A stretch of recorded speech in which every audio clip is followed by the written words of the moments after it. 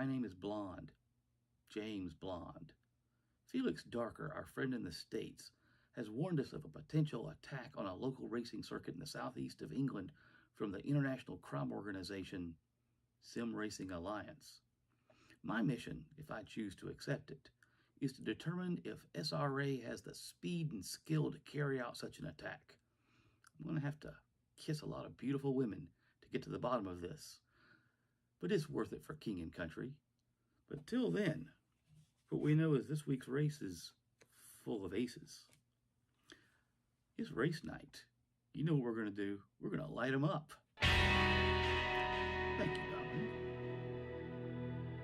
Dominic. Ugh, that's terrible. I said shaken, not stirred.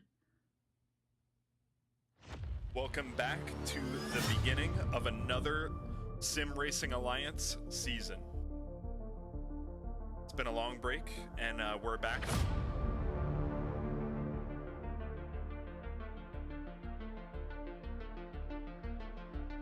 But it's been quite a long break, and I think you, me, and everybody involved with tonight's action is super excited to get going. So they got a straight fight the rest of the night. He's going to have to make a move.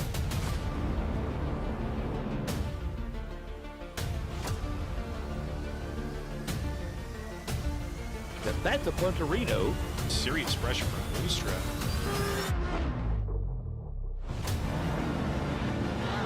Trying to switch on the inside. Swinny goes on the inside for the defense. Oh my goodness, right in between. He's going to dive to the inside of both of them. They're going to go three wide corner.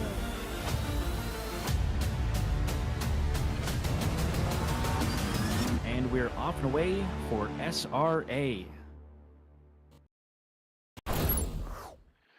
And good evening, SRA Nation, and welcome to our Wednesday night event, Season 9, Division 3, Round 5 here at Brands Hatch. Let's go ahead and give a warm welcome to my partner in crime here, Adam. Welcome to the stream.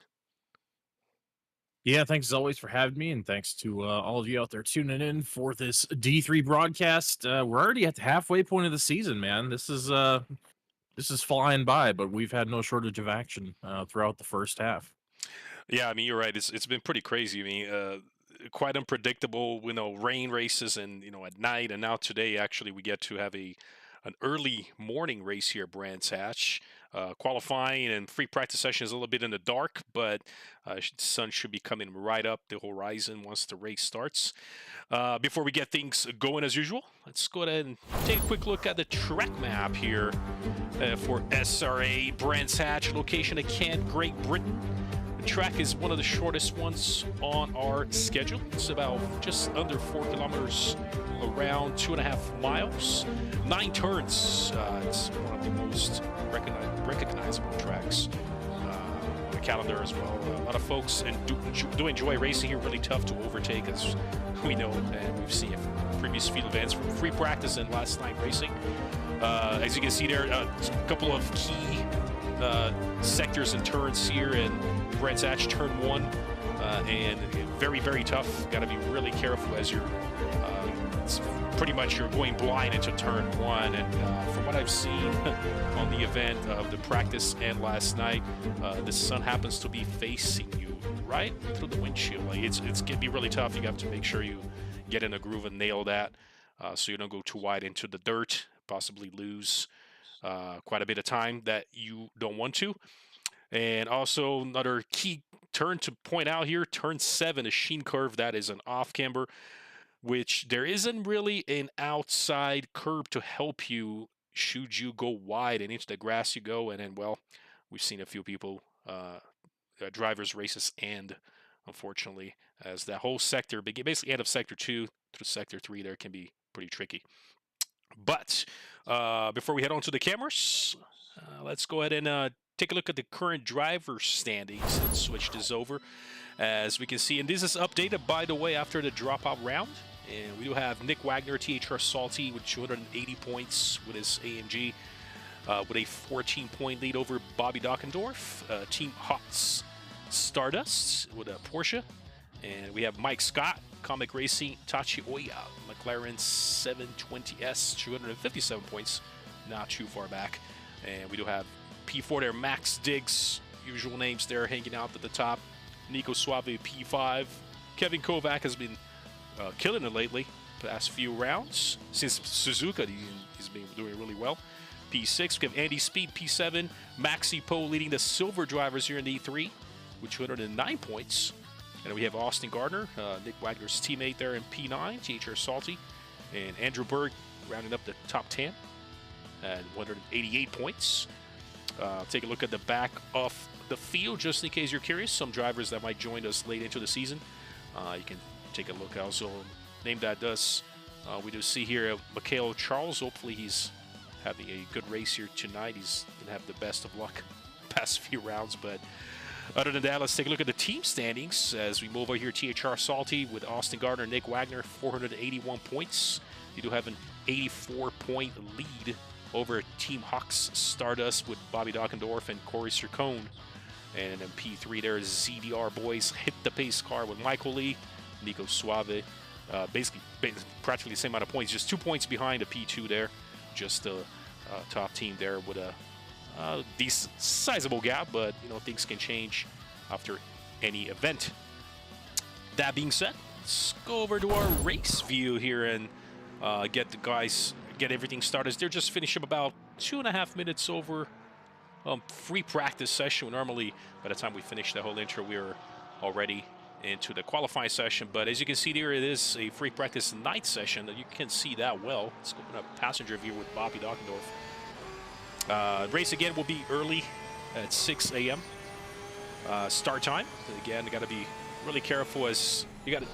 Brand's actually about getting into a groove. You have to have full attention at all times. Maybe on the back straight to get a little bit of a break, but especially when battling with others, somebody gets a better exit, and you have to go full defensive mode. So as Dockendorf goes to Sheen Curve here, as you can see, somebody goes wide there, and I just talked about that can be a turn that can be deadly if you don't take that proper. So, Adam, watch any races? Did you watch the practice racer last night? Did you see anything interesting, by the way? Well, I caught the first half of the practice race, and I was watching the excellent D1 stream last night. And got a few things to watch out for today, namely among those as the Porsches are definitely going to be the ones to bet on today.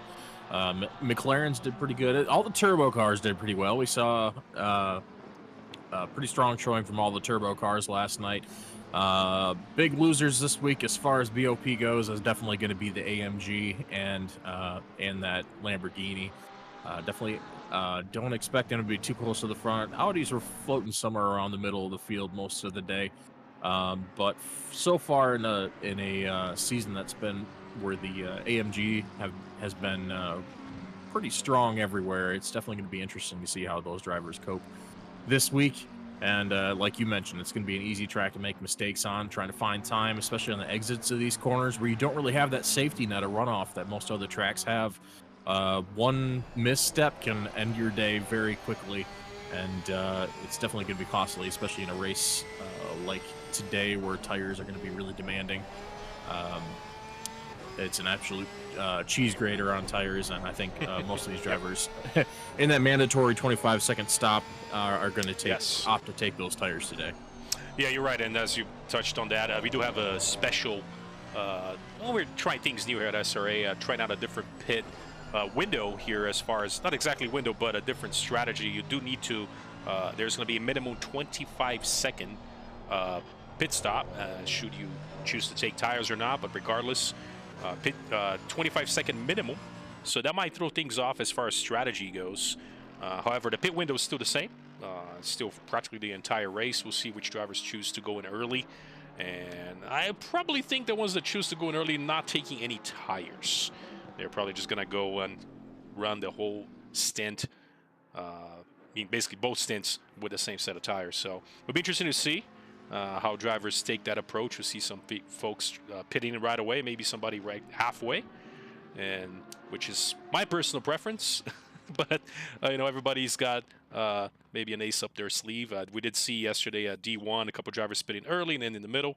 It created a couple of blue flag situations across the track. It's such a small track, so something that we probably wouldn't see like somewhere like Spa or something, but we'll see. Yes, and it is pretty cold. You can take a look at your top right-hand corner there. Temperature, 16 degrees for ambient and 16 for the track here at free practice. It should go up a slight bit here for qualifying, although it's still going to be in the dark.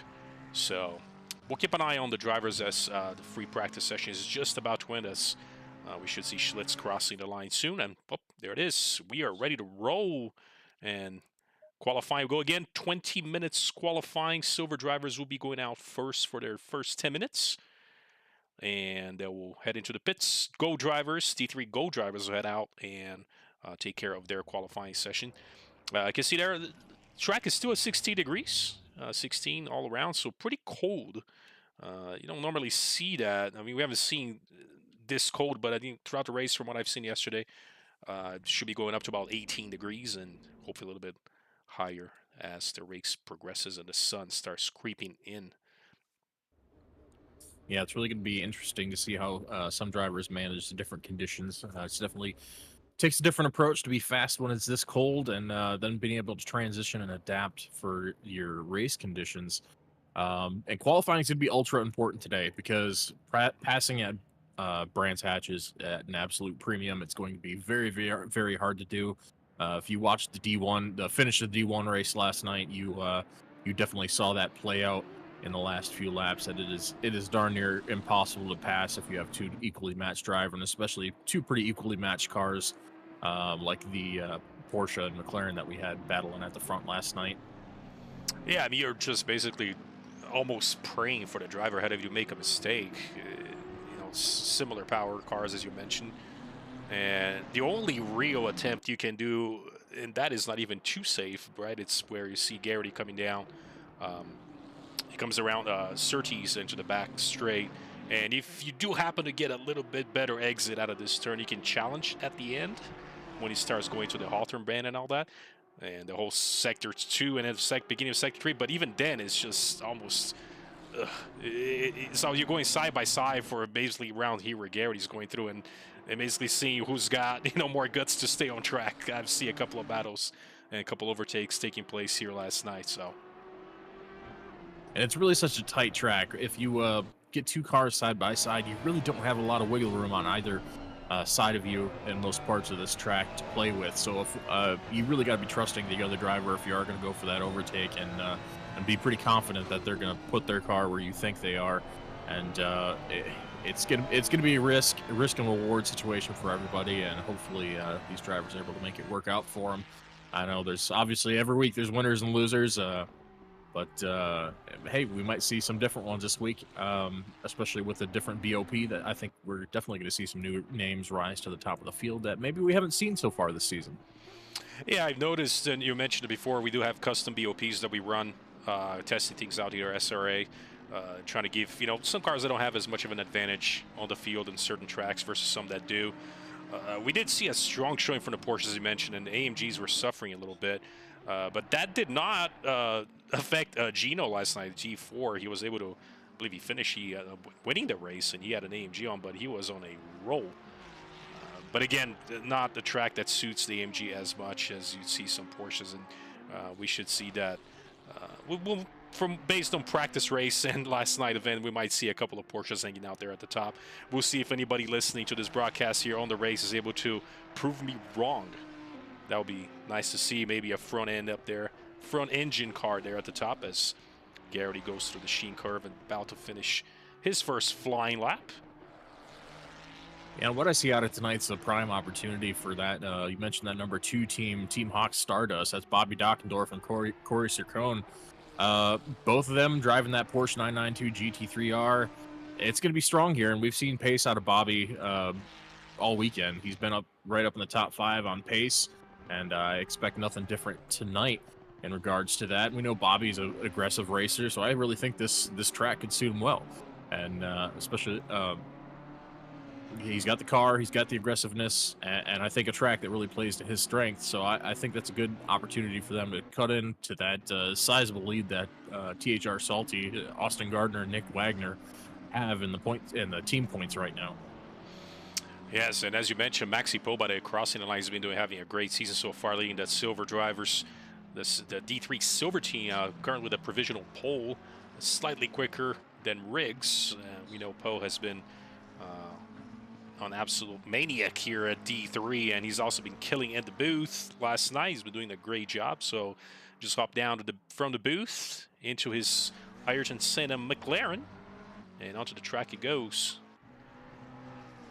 I do want to mention it's interesting. I mean, we see Brands Hatchet being on the track that's known to have pulled a lot of drivers, but for some interesting, if maybe reasons beyond our control, but only 25 drivers joined us today.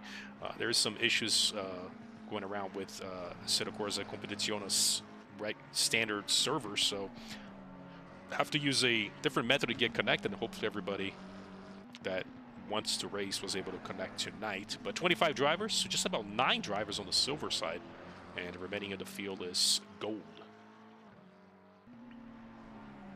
And we can see Derek Stack coming through and putting his McLaren at the top there. A great lap from him. And we just see as well Riggs, he's starting a new lap, but looks like Stack will hold on to that provisional lead. And again, just 9 drivers out there silver. I haven't seen a low count of drivers on the silver for quite a bit, but hey, you know what? You have your drop-off round, and if that happens to be it here, then so be it.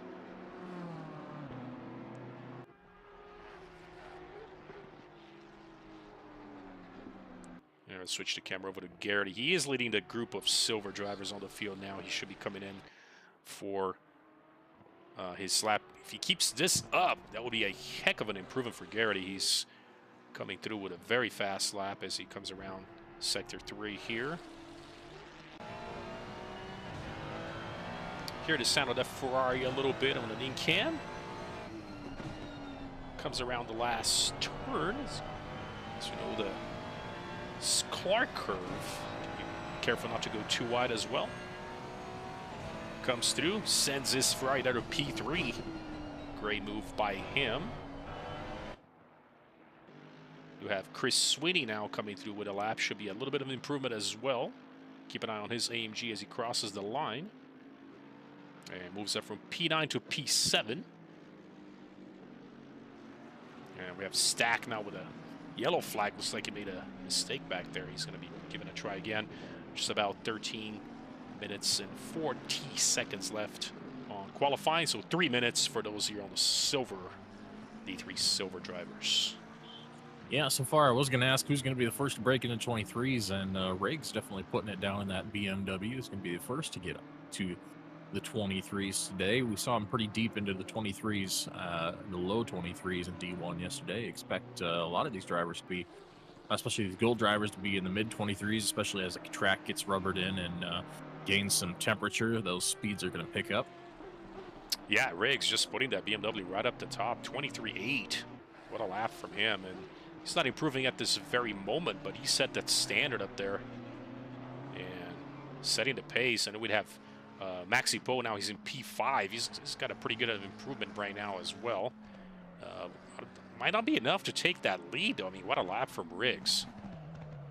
Oh, as Poe goes a little too there, pushes a little too hard, and that's the one turn that can be deadly if you take it incorrectly. And he probably cooked his tires a bit there. He might see if he will give it another try, if he's able to cool those tires off after that slide.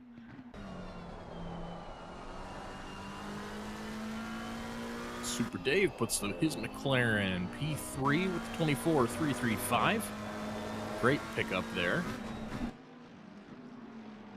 Yeah, and he's been having some pretty good races recently as well, so he's got that nice Castrol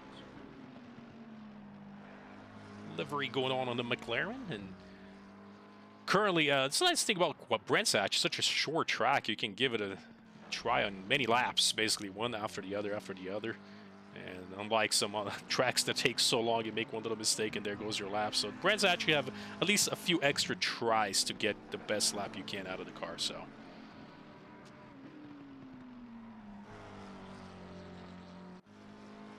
And Maxi Poe, who had that provisional lead, has dropped quite a bit now on the field. He's down to P8 provisional. He's a little bit of an improvement now, although he had a slide earlier.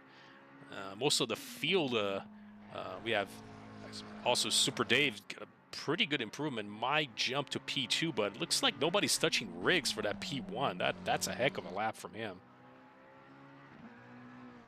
We still have another lap to go for these drivers, so we'll keep an eye.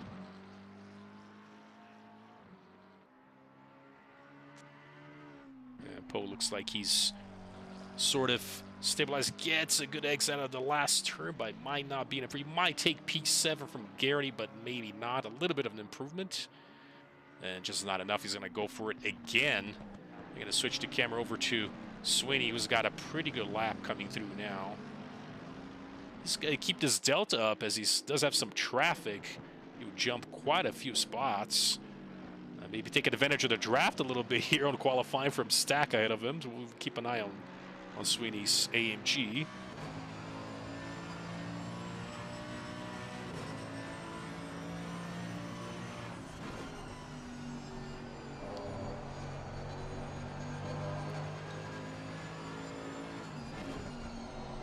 Falling off a little bit, still holding on to 3/10 up on this lap. Probably not going to break into the 23s this time, but might just get close if you can hold on to the speed for the rest of the lap. We're on the final 2 corners here. You can see it might have been affected by the 30 air a little bit, although Stack wasn't too close. But there might be an improvement going on here. He might jump up at least maybe 1 or 2 spots and send Stack to P6. So we'll keep an eye here as he crosses the line. Yep, he does. See that, and Maxi Poe on a heater too, 4/10 up from a 24.6, so probably going to jump right up there in the top 3 more than likely. Yeah, that is a huge jump for him. He was able to nail this down as he crosses it. P6, so right lost a little bit at the end, but right behind Sweeney, we actually had a pretty good lap there at the end. Was able to put in P5, and that's your field for the Silvers as the drivers are now out on the field. And it looks like it's being led by Mr. Charles. Mikhail Charles on his Lamborghini. We'll see what the gold drivers are able to put together here. As that lap from Riggs, though, what a lap. 23.8. Yeah, untouchable so far. Super Dave with a hot lap at 24.1, but yeah, I mean, that BMW Riggs is absolutely flying. Maybe he heard me on the stream and said, Porsches, I'll put my front engine there at the top and just obliterate any doubts. Put it right at the top. So, yeah, I mean, interesting to see. I mean, look at the silver drivers. They're not one Porsche there at the top. Look at that. Everybody is a Porsche. We have Dockendorf, we have Diggs, and then we have Kovac, Lloyd as your Porsche drivers, which had like a pretty decent, I'd say, beneficial BOP for tonight's race, but you don't see at least how many taking advantage of it.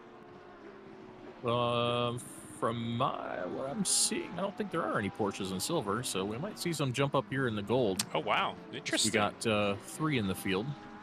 Well, there we go. Sorry, 4. We got Dockendorf, Diggs, Kovac, and Lloyd. 4 Porsches. Yeah, we'll keep an eye out on those Porsches. Yeah, we know Dockendorf is extremely quick. And if he's able to put that Porsche there at the lead, it's going to be tough to take that lap from Riggs. I mean, I don't know. I'm just saying, giving Riggs some good luck charm. If we could take that pole with that 123.8, you know, he would be ecstatic. I'll sign the petition to move Riggs to gold. Let's do it. We're going to have a talk with the race admins. Move him right over to D2. Maybe D2. Just send him to D2.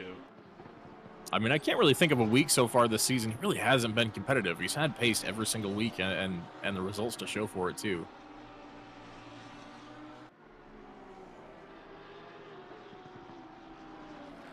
Yeah, and as far as, you know, he just doesn't seem to get the best of luck, but he's down for the silver drivers. He's down in P8. And he's, I mean, with the result here at Brands Hatch, if he's able to keep that car up top, he'll just leapfrog a lot of drivers. So if he can keep that BMW there, he'll just go right up. So as Dockendorf, again, I mentioned earlier, was able to put a very good lap, as I maybe heard me on the stream as well. just less than hundredths of a second from Riggs' top time. So Dockendorf really making full use of his Porsche here at Brands. We have Schlitz putting a good time there as well as P9 for their first laps. And Kovac's second Porsche clocks in a, my goodness, just putting their both drivers basically top 3 there on the 23. I like how Kovac said, I'm good at Suzuka only, and then just came out absolutely swinging in Valencia. And now, and it snaps there on that turn, but we're going to give it a try again. But so far, P3 for him. Dockendorf has invalidated this lap of his. And we're going to keep an eye on Max Diggs, currently half a second up on his Delta.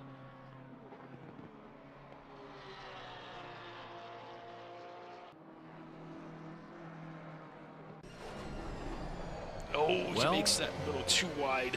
Oof. I was going to say, keep an eye on Kovac's teammate of Al Latufo, but with my subliminal mental powers, somehow commentator cursed him right out of the server because he just disappeared as I was. You're right. Jumping on board. Yeah, I was gonna say, since he was the 25th driver, now we're down to 24. So hopefully he's able to hop back in. But as Diggs comes through, but then he did lose some time there earlier on Sector 3. He's going to give it a try again. And quite a mix here. I mean, another drive. I want to keep an eye on. And Kovac just started. I want to keep an eye on Neil Sutherland right now. He's up a second and a half. Is a huge improvement. He's in the back of P23, but he should jump maybe at least a couple of spots. Really should. I expect that to be mid-24s. Yep, 24.6. Going to jump up to 17th with that lap. And also Max Diggs giving it a try again. He's P19, but he's got a half a second on his best, so he should jump up quite a few spots if he keeps that up. But you know who is having a hell of a lap right now is Schlitz coming through. Might take a pole. Here comes Schlitz on the McLaren. Crosses, yep, sends his McLaren right up to the top. And, well, by the way, GB3 back tonight. Took that P2 from Riggs, and Schlitz wasted no time and just sent GB3 down to P2. So the battle is starting to heat up here for the lead, for the pole. Yeah, I don't think this is the last GB3's got to say about that, because he was up 10th before just a little bit of a slip. So I think there's definitely more speed in that BMW. Yeah, he's still got just under 4 minutes to go, so he's definitely going to be giving it a try. Track is now set to optimum, by the way. Did start the qualifying session, started on fast, so the first group of cars were able to lay out some rubber. Now track has improved, so we should expect the Go drivers have a little bit of an advantage as that goes as Gardner comes through. It's a heck of a lap there, P5, just 200ths of a second behind the leader. And Sutherland crossing the line, trying to improve himself. He had dropped to P20 now to P16. So we see green deltas all over the place as Schlitz, by the way, improving on his time. You might, oh, wow, he lost a little bit of time coming down the second to last turn, but he's still being improved. But Kovac improving as well, is still halfway through his lap. We'll see here Schlitz coming through. Gained just a little bit, not all that much. It's going to be improved to a 23.57. Not bad. I'll take that any day. And GB3 still. Like Kovac lost a bit there. Lost that gain for that lap. Was up 0.3 at one point, but must have slipped just a little bit. It's going to improve about a half a tenth, but not all that much. And we hadn't seen yet. Just finally making a full appearance. Dudley puts his McLaren P7. And it looks like Latufo did make it back in the server. Just heading out of the pits right now. All right, good for him. And Kovac crossing the line, not able to take the lead, but what a lap from Kovac. As we see here, Gardner coming through with another lap, just almost identical to his previous, but not able to improve. Still P5. I don't know. Look at that P6 time right now. Bobby Dockendorf up half a second from a 23.8. That would definitely be. Oh! He validated his lap. Oh, man. He's got a minute and 50. Tried again. Cursed another one. Commentator's curse. You know who's absolutely flying again? I mean, Schlitz is just, I don't know what he found. He's found something on his bag, but he had an improvement going on again, and he ended up missing on the last turn. And I'm seeing Schlitz might be improving his lap time. Again. And he's going for it again. Like, he is not kidding around. So he's found something other drivers have yet to find here at Brands. You know, he's got a heck of a time coming through as well. Lloyd going through starting sector 3. Little bit of a slip there with that Porsche acceleration out of the corner, saving him just a little bit. He's trying to gain that time back. Look at that delta grow a little bit here. We can see. And Lloyd might be putting himself there right above between himself and maybe P3. If he's got that delta a little bit more, he might nail this last turn. Clean might have been able to get a little bit on exit. Was a little bit slow. I think just maybe a little too cautious trying to maintain that time. He's going to jump to P3. You are absolutely correct. Knocks GB3 out of that third spot with a 23.722. And he's checked out. He's put himself car. He's like, I'm okay with P3, but Dockendorf, if he can keep this up for this lap, he is putting his Porsche at the top, almost half a second up. We're going to ride along here. Comes through the Sheen curve, second to last turn, left hand, 90-degree left-hander. Gets the power down.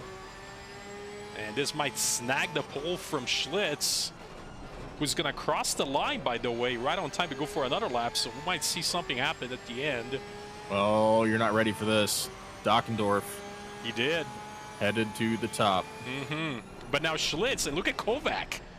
Kovac up 4/10. If he can keep that up, that's definitely pole lap right there.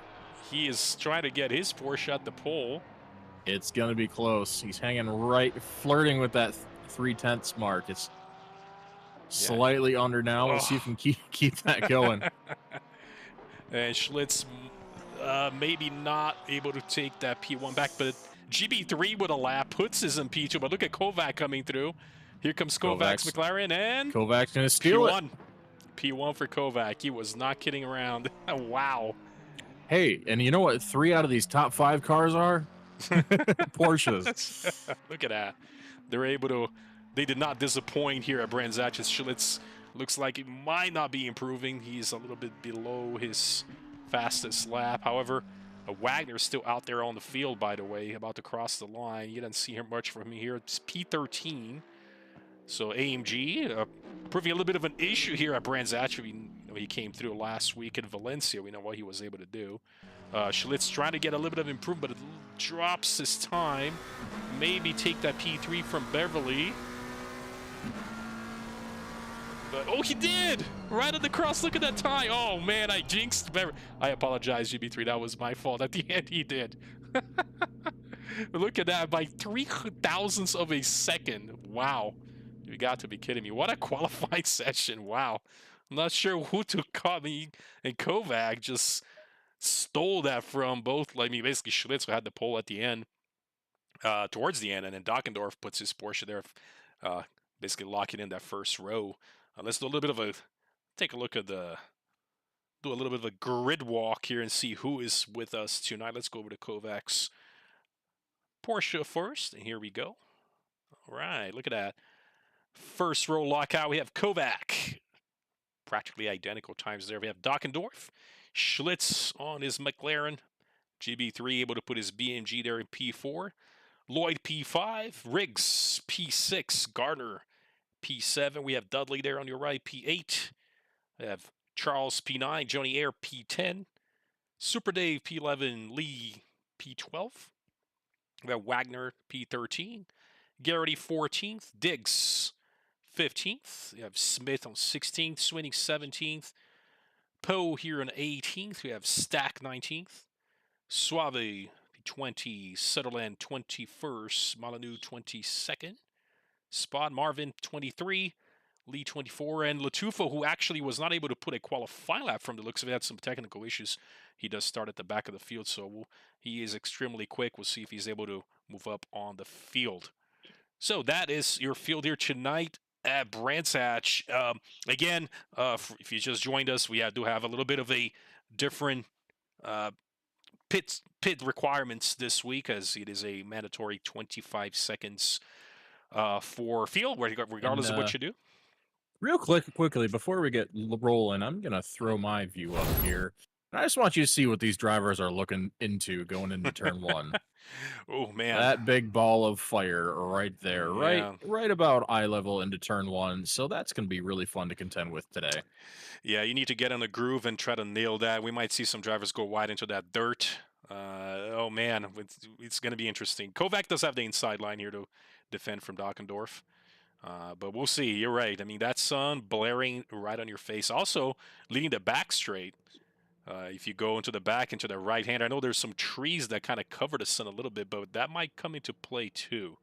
So, and checking on the chat, you guys, thank you for joining us, by the way. If you've going to enjoy a night of racing here at Brands Hatch, we're excited to bring in the broadcast to you guys.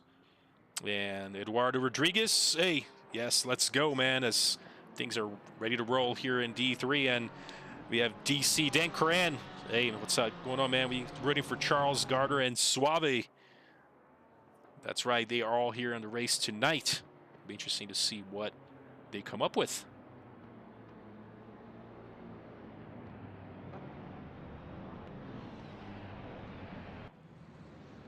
And yeah, you're right, Adam. That sun blaring right on your face is next level. I mean, it's just, whew. And I think I had a couple. Actually, what we're gonna do, we're gonna do our race start through the usual heli view and all such. And then at one point, the beginning of the race, we're gonna switch to a cockpit view as they go through that turn 1 to show you what they see and how it's not very fun. So, gotta get in that groove, as I mentioned. Don't rely much on. It's almost like a brake marker.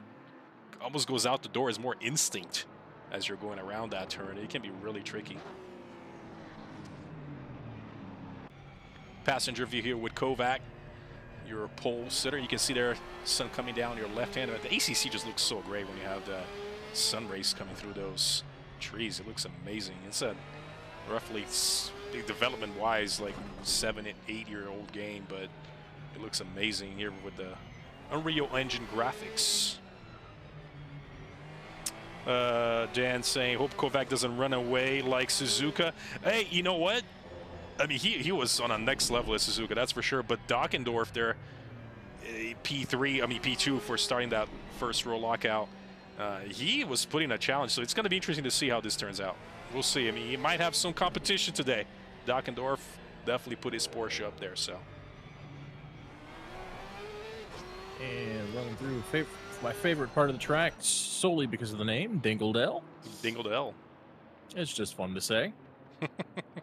Round Sterling's now down clearways, and we got one more turn here as I head to the top straight. We are almost ready to take the green and get this race underway.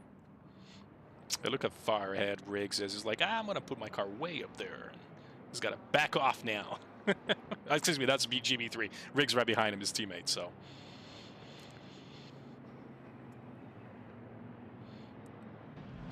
Let's get you guys a TV view as they're going to be crossing the line. You can see Dockendorf is slightly ahead. They're trying to get as much advantage as he can at the start.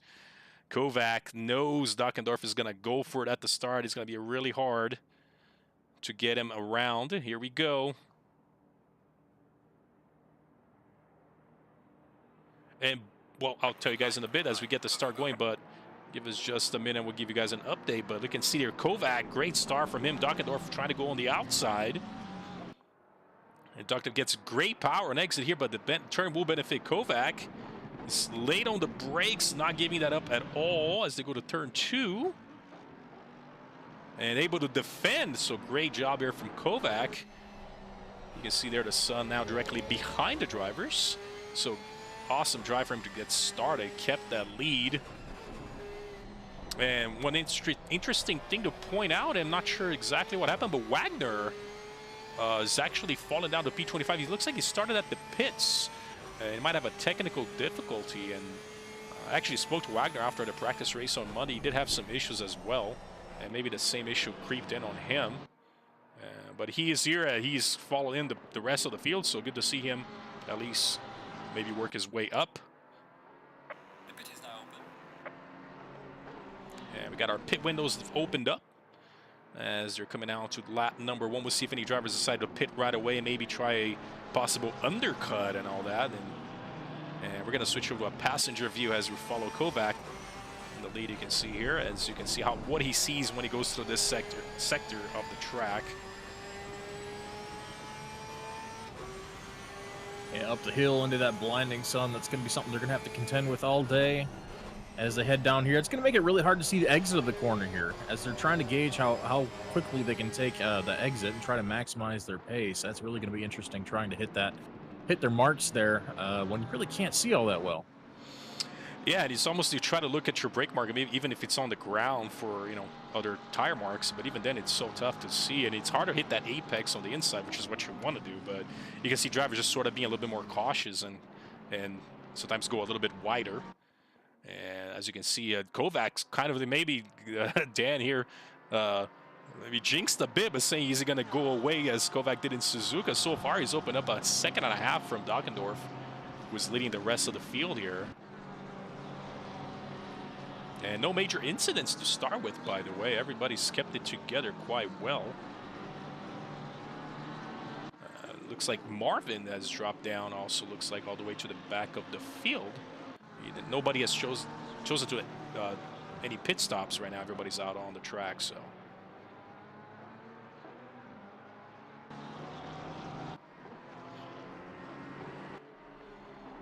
I'm also glad to see I'm not having any major stream issues like I had last week.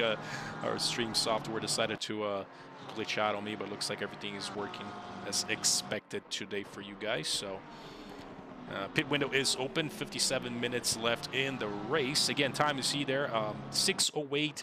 So it is a daytime race, although really early, as Dockendorf goes late on the brakes here at turn 2. And track temperature has risen to 19 degrees. So a little bit warmer than your qualifying session was.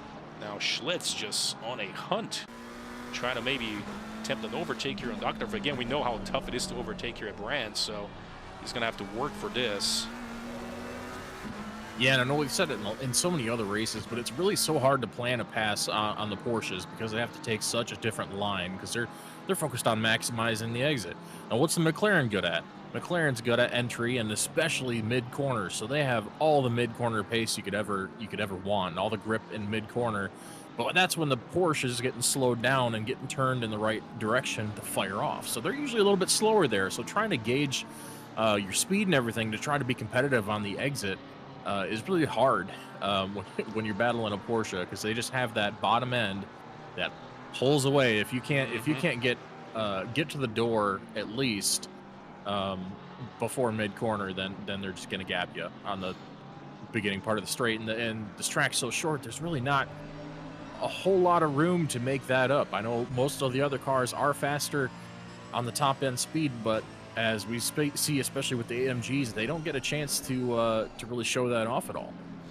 Yeah, you're right, and especially with a Porsche, we know shorter, tracks such as Brands and Zandvoort and Zolder and tracks, it benefits the Porsche. You have such a great exit speed out of turns, and by the time, if you want to attempt an overtake, if you have a car such as the McLaren or AMG, it's too late. That the straight ends, basically. You're already into another turn. So I remember myself once at Zandvoort just following a Porsche for a good 40 minutes. I could not get through. I would always get near him at the end of the straight, and every time you just, I could attempt maybe an overtake on the inside, but I'm the cautious type of driver. I just kind of follow through. I eventually end up undercutting on the pits. I got lucky on that. So, but and same here at Brands is very, very tough. Very tough.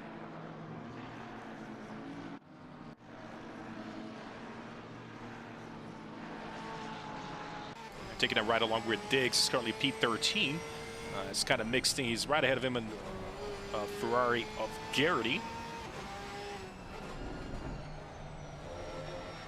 Garrity had a pretty solid qualifying run there in the silvers. I believe started third out of the silvers, hanging right in there, still running third silvers. Yeah, he's hanging on pretty good. Super Dave right ahead of him, and Riggs with a heck of a lap, just kind of putting his BMW there among the top.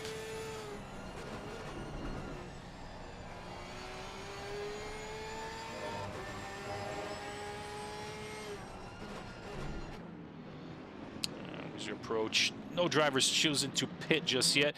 And, you know, an interesting different strategies some drivers might want to take. Again, you'd have that 25-second minimum pit regardless of how much fuel you take. So some drivers might be choosing maybe a 70-30 as far as start with a heavier car, go a little bit further into the race, pit and put basically the remaining of fuel that you need.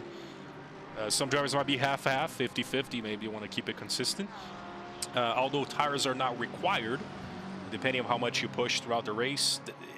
Adding tires, by the way, according to the race admins, with additional 5 seconds to your stop. So it'll be a 30-second stop. So depending how much you've gone through your tires, you might want to pit. Maybe make those 5 seconds up later in the race. Something you might want to think about. So different strategies. So we might see a mix of things here quite a bit depending on the strategies that these drivers take. Yeah, we got a little bit of train foreman here in the back. Let's jump over to Nico, Suave, and Maxi Poe, 17th and 18th right now. This whole train here is kind of closed up to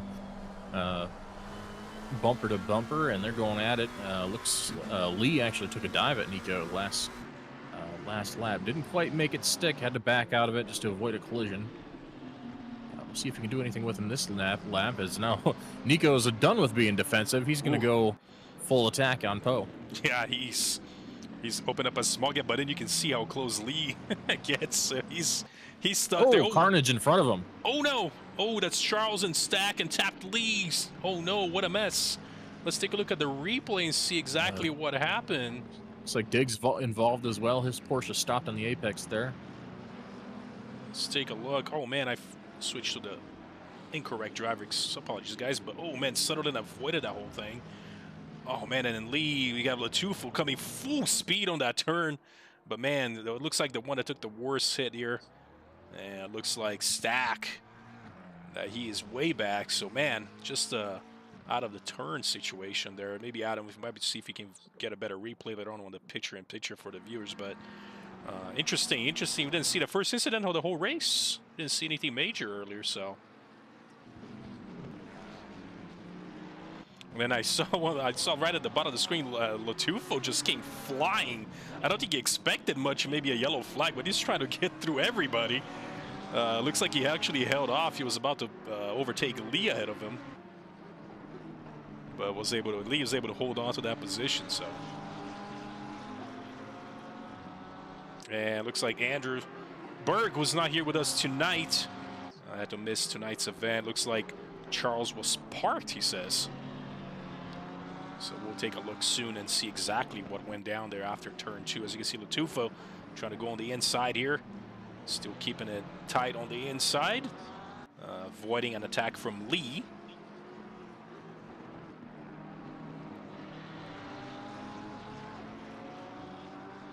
And then Sutherland, who came absolutely swinging, by the way. Sutherland had started in P20. In the end, he's moved up 4 spots.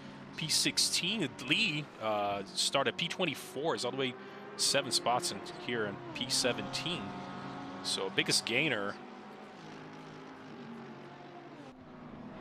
so far on the race. Other drivers have kept it pretty consistent. So Lee with the biggest winner so far, but followed really close by Latufa, who was not qualifying. He started from the back of the field. He was not able to put a qualifying lap.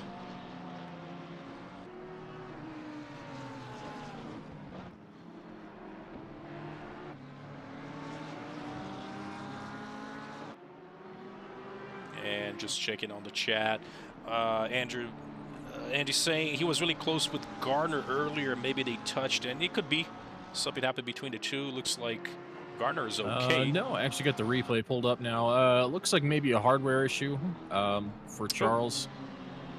But we'll pull that up for you in just a moment.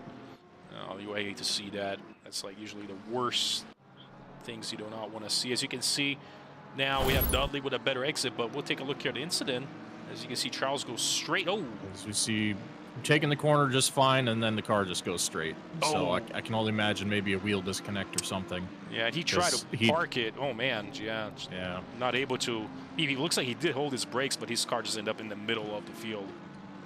Yeah, not able to move afterwards or anything either, so I think he just took the car off the track entirely. Yeah. And checking on the chat here, we do have one Lamborghini left. Yes, Marvin there, he's P21, is still on the field. Still earning a pretty good amount of points. So, again, top 40 to earn points. As you can see, Dudley trying to attempt an overtake here at Riggs. We'll see if he gets a better exit out of last turn, and you can see that power on the BMW. Right there, that BMW just walks pretty much everything, though. Even with the slipstream, there's not much you can do. Man, it's so tough, and you can see that Dudley just try to come through, but he's going to have to play this well. It's going to be tough. I mean, that BMW's got a lot of power, so.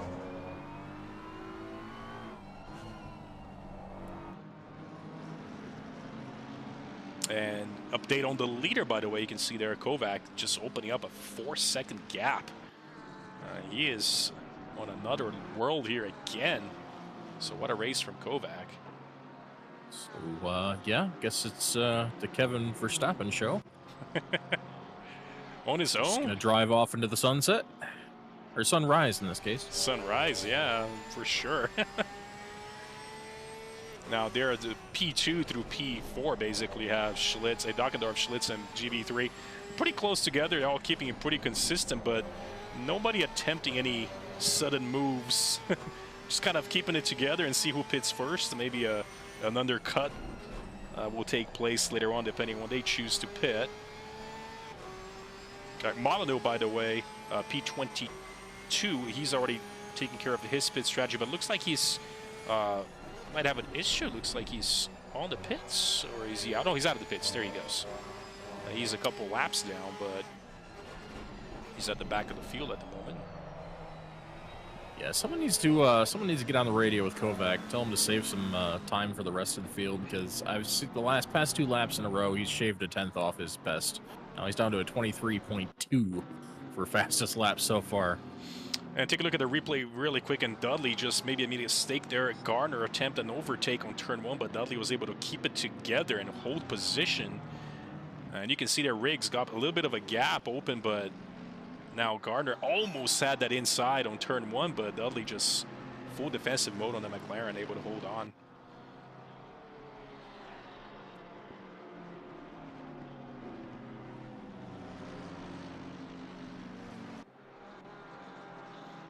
And then not too further back, Super Dave under attack from Garrity.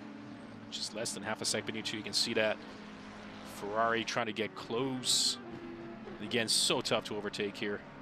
Almost you're praying for the driver to make a mistake as Dave, almost goes into the dirt, on the grass and dirt, but millimeters from that, able to keep it together, so.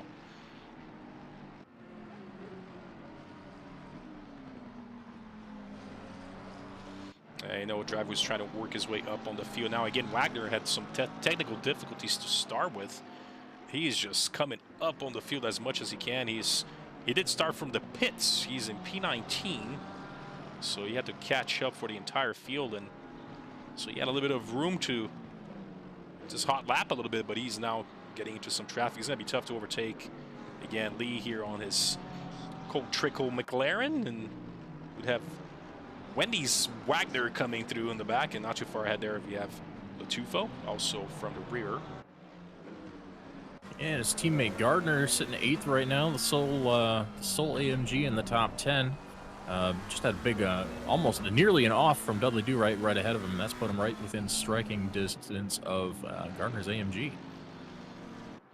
Yeah, it looks like a little mistake cost Dudley, as he was pretty close with Riggs ahead of him. And now he's got to worry about defending from Gardner.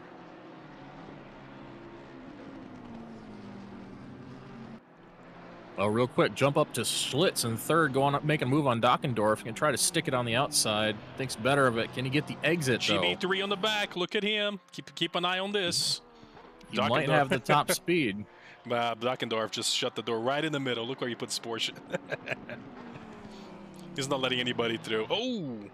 Schlitz goes wide. Look at GB3 on the inside. GB3 sticks to the inside in his BMW. He's going to make it stick there. He's he's going to take over that 3rd spot, and he's going to go on the attack after Dockendorf. Yeah, and just a little mistake from Schlitz there on turn 1 just cost him the spot. You can see these drivers are really close together. So, and now Schlitz trying to go on the inside of GB3. GB3 closes the door.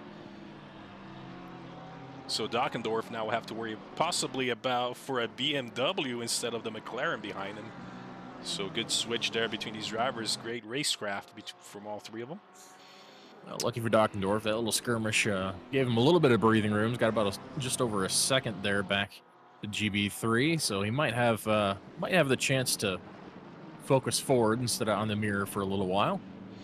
And switching back a little bit, Wagner has taken a spot from Lee. Was able to find a way. It looks like we went a little too wide there on that turn number 3, and Wagner took that inside line and was able to make the move. So again, it's always maybe a driver's mistake that will give you a spot. Yeah, you mentioned Wagner moving his way up the field, and right ahead of Wagner. These two have actually been paired up pretty much this whole race. Latufo has been right in front of Wagner. These two have just been carving their way through the field so far. Again, Latufo, like you mentioned earlier, wasn't able to place a qualifying lap in time due to a server disconnect. Towards the end of qualifying, wasn't able to get a valid one in, but definitely has the pace. I've seen it in practice and just throughout the practice race and everything all week. So I definitely expect to see that Porsche somewhere within top 10 toward the end of this race. Yeah, I mean, Latufo there has gained 7 spots so far, P16, and Wagner 8 spots, P17. So both these drivers, we know they have quite a bit of speed, and they're trying to move up on the field as much as they can. Although, you know, it's tough here at Brands Hatch. They'll see what they can do. And just checking on the chat, Stack says, well, my night is done early. How's the stream going? Oh, Stack. So, yeah, we did see, looks like there was an incident with you there, but stream is going well. No major issues other than we saw with you guys there. And Charles saying your game. Oh, man, yeah, we caught that on the stream. Adam was able to pull the replay on that. It looks like your car just went straight into the wall. So, man, I just hate to see technical difficulties kicking in. But, you know, oh, and GB3 gets a little bit loose. But not enough for Schlitz to attempt that overtake, so they'll try again. And then just checking in, made a pass on pole first lap. Just behind him in P2 and Silverstone, major bummer. You get another try, so no worries. Pole right now is P13. GB3 gets loose. Oh no, no, oh no. Oh my goodness, what was that? And GB3 is backwards on turn 1. Oh no, his car got loose and he is out. Let's take a look at the replay from the outside and see how he completely lost his... Oh, and a small tapping Schlitz. Schlitz is able to keep it together. So, oh man, you hate to see that happen. That is right there in turn 1. Very dangerous turn. We see all the drivers coming through, and he's still trying to get back on the track. And he's dropped many spots. Now he's at Sutherland through. No, he is not happy with himself now. Schlitz gets that P3 again. So what quite a few interesting events going on, and mention again, update on the leader, Kovac now almost basically 8 seconds ahead of the rest of the field, as Dockendorf had to, you know, possibly defend from Schlitz earlier. It cost him some time, but Kovac just kind of sailing to the sunrise, as Adam mentioned. Yeah, the only other driver I see still lapping in the... Wow. Kovac with a 23.6 last lap, absolutely crushing the rest of the field by about 0.8 a lap right now, which is extremely impressive. What I was going to mention, Lloyd had been the only other driver lapping the 23s in the last few laps that I've seen. Latufo as well, P15. He's and got Latufo, a 23. yes. Yeah, they've been on a roll. And we see it's paying off for Lloyd. Lloyd is slowly but surely reeling in Schlitz for that 3rd spot. We'll see if we can get there and actually do something with him. Yeah, Lloyd started in P5. He's just gained 1 spot so far, and he's happy with that. It's P4. He's hanging out there at the top. Look at that sun just blaring in your face as you come down the back straight. By the time you get down the hill here, you can see the sun rays coming in your lap. Looks really nice. And Schlitz gets into the dirt a little bit there on the outside. But Lloyd now on a hunt. Previous lap for Lloyd, by the way, 24.790, and Schlitz with a 24.9. So reeling a little bit, as you mentioned. But man, Kovac is just on another level. His best lap at a 23.2, and his previous lap at 23.6. I mean, he is just gunning it. Unbelievable. And for reference, qualifying lap was like a 23.5. So that's big pickup even from qualifying. Well, it's a question. I mean, now we're 38 minutes. I mean, excuse me, 38 minutes to go. We haven't seen the drivers really pit. I mean, we just saw, GB3 has already got into pit, maybe due to that mistake, and Molyneux. Do you think maybe Kovac has a little bit less fuel to start with, and maybe you're gonna have to refuel a little bit more for the rest of the race? I mean, yeah, I think that's definitely a good possibility. Watching the D1 broadcast, I know a lot of those drivers ran light fuel for the first part of the race, and that might have been just to get a little more grip out of the car. It's hard to say, but expect a lot more tire wear in the first half for those drivers who are lighter on fuel. Faster you're pushing the car, the more you're wearing the tires. So maybe have a little more fall off and open up the potential for an undercut by some of the other drivers who have a little more fuel on board. And it could be a strategy. I mean, if he can fend him off and maybe get tires while at that. He's only losing 5 seconds extra. And he's got an 8.5 second lead to Dockendorf. So maybe slapping those new tires and basically gun it if he feels the tires are falling off a bit. And he's got enough room at the moment to do that. So that might actually play for his benefit. And by the way, Latufo did take Smith there. We saw the replay at the beginning of this lap. Take on that right now, Dudley Do-Right, P6, P5, making a move on Riggs. Isn't gonna stick it in there. Riggs gets a little loose off there. We'll see if that BMW power though just saves him every. Off.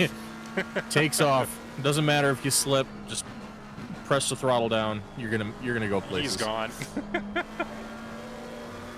Oh man, yeah, you can see that it's just almost no match when he comes down, especially on that first. You don't see an overtake on the BMW on the first corner, unless there's a mistake. And now Gardner, by the way, joining in. He's P7, and he's not too far back from Budley, so yeah, it makes me wonder if Riggs is losing a little bit of pace here, because both of these drivers, despite Gardner and Do-Right having been battling just a couple laps ago, both are reeling him in relatively quickly here. Yeah, you can see Garner trying to maybe throw off Dudley. Now he's got to attack and defend at the same time. And he's doing a pretty good job there as Riggs got away a little bit. By the way, Wagner, his teammate, is in the pits now, getting that out of the way. Maybe he was following Latufo closely there towards the back of the field. We'll see if he's able to get those positions back, move as much as he can. Now, he's been in the pit for quite a bit, and looks like he's nailed down a time stop 35 seconds in the pits from up and down. Looks like he did take tires, I would say. Adds an extra 5 seconds to your time, so keep an eye on Wagner. Dudley goes wide there on turn 1, but looks like Gardner dropped a little bit.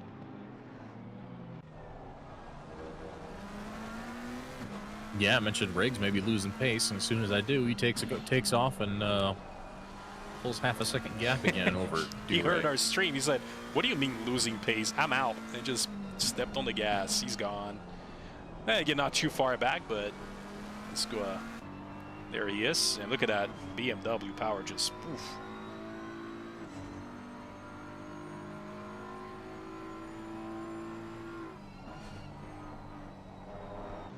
Yeah, about now, 35-minute point of the race, or 35 remaining, is about when we saw the D1 field start to begin their pit stops last night.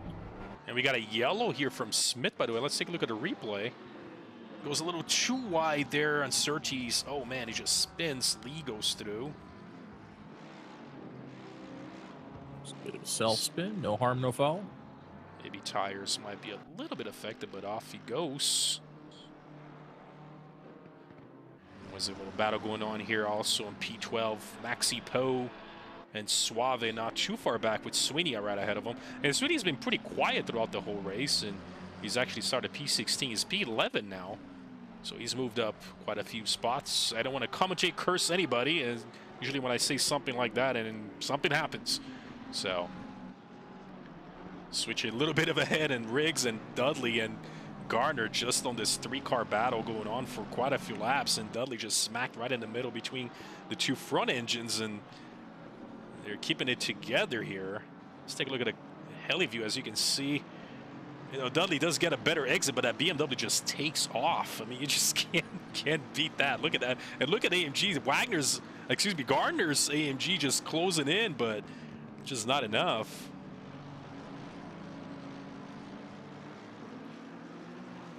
And just checking on the chat with you guys. Just saying, yeah, you know, we did see that unfortunate, you know, wheel disconnect from Charles, and you know, things happen. It's happened to a few drivers before mid-race. You know, it's obviously not their fault. It is what it is. And unfortunately, it ends up taking some drivers at times. I saw that last season. That's Gardner trying to attempt a take here on Dudley on the outside. Great exit there. I don't think he can make it stick here on the outside. Might be able to get a run on the straight, but might have pedaled just a little bit too much mid-corner and lost some time. He's going to get another run here, but making it stick on the outside is just going to be really tough to do. But unfortunately for him, that's really the only spot that AMG is really going to be able to make a move on this track.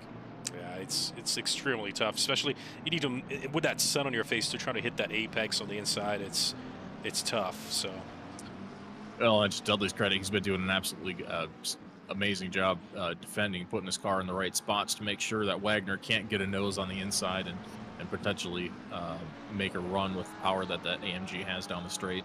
Nah, he's completely blocking him off. Oh man, and you can see here still Poe ahead of Suave.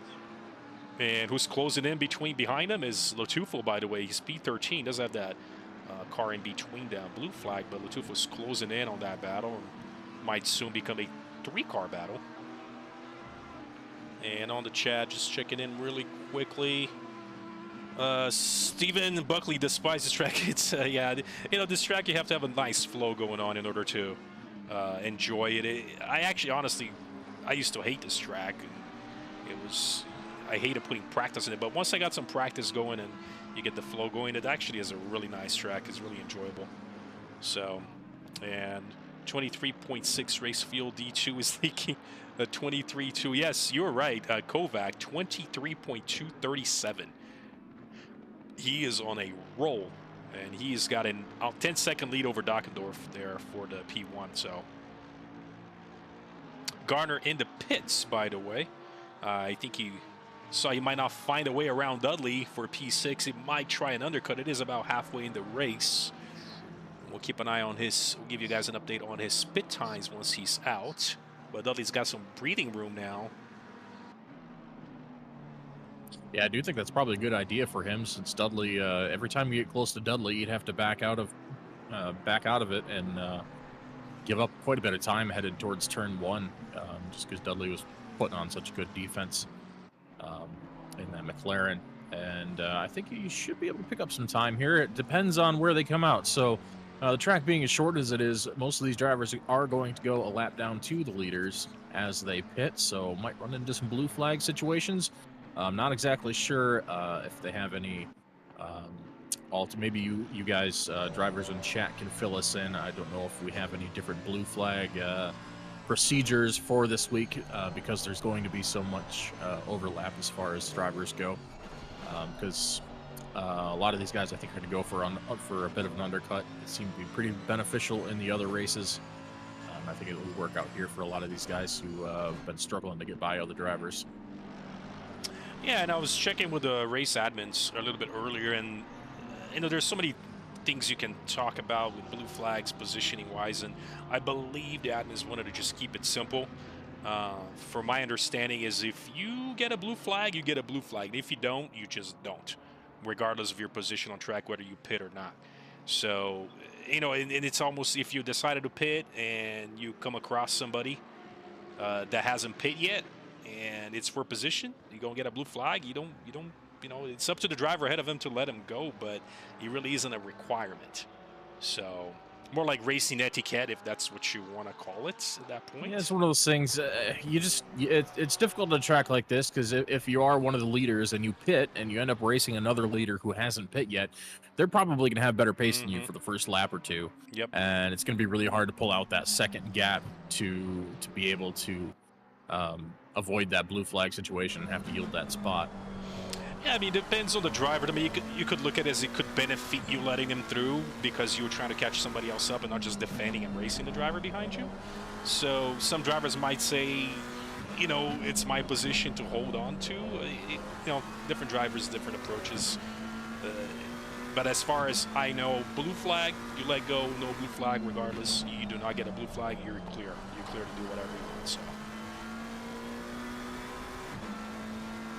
As we're following Suave here, Nico, you got pretty close to Maxi Po ahead of him, but was not able to make. As Maxi Po makes a mistake there, looks like where Suave nails that turn one and closes right in. And there he is again. Cole Trickle fighting with Ayrton Senna. Look at that. NASCAR versus F1. Yeah, further back in the field, 18th and 19th, we've got Sutherland and Beverly. I'm going to put that on the picture-in-picture for you. I'll do a little bit of a in-cam view with GB3. Again, had that unfortunate spin there at turn one. But still trying to work his way back on the field. And again, especially at a track like Brands Hatch, you're following somebody through a sheen curve there. You have to be so quick on the reflexes. You have to be on top of things in order not to make a mistake. You go a little too wide and your race is practically over. And Kovac's going to come in from the lead, make his pit stop.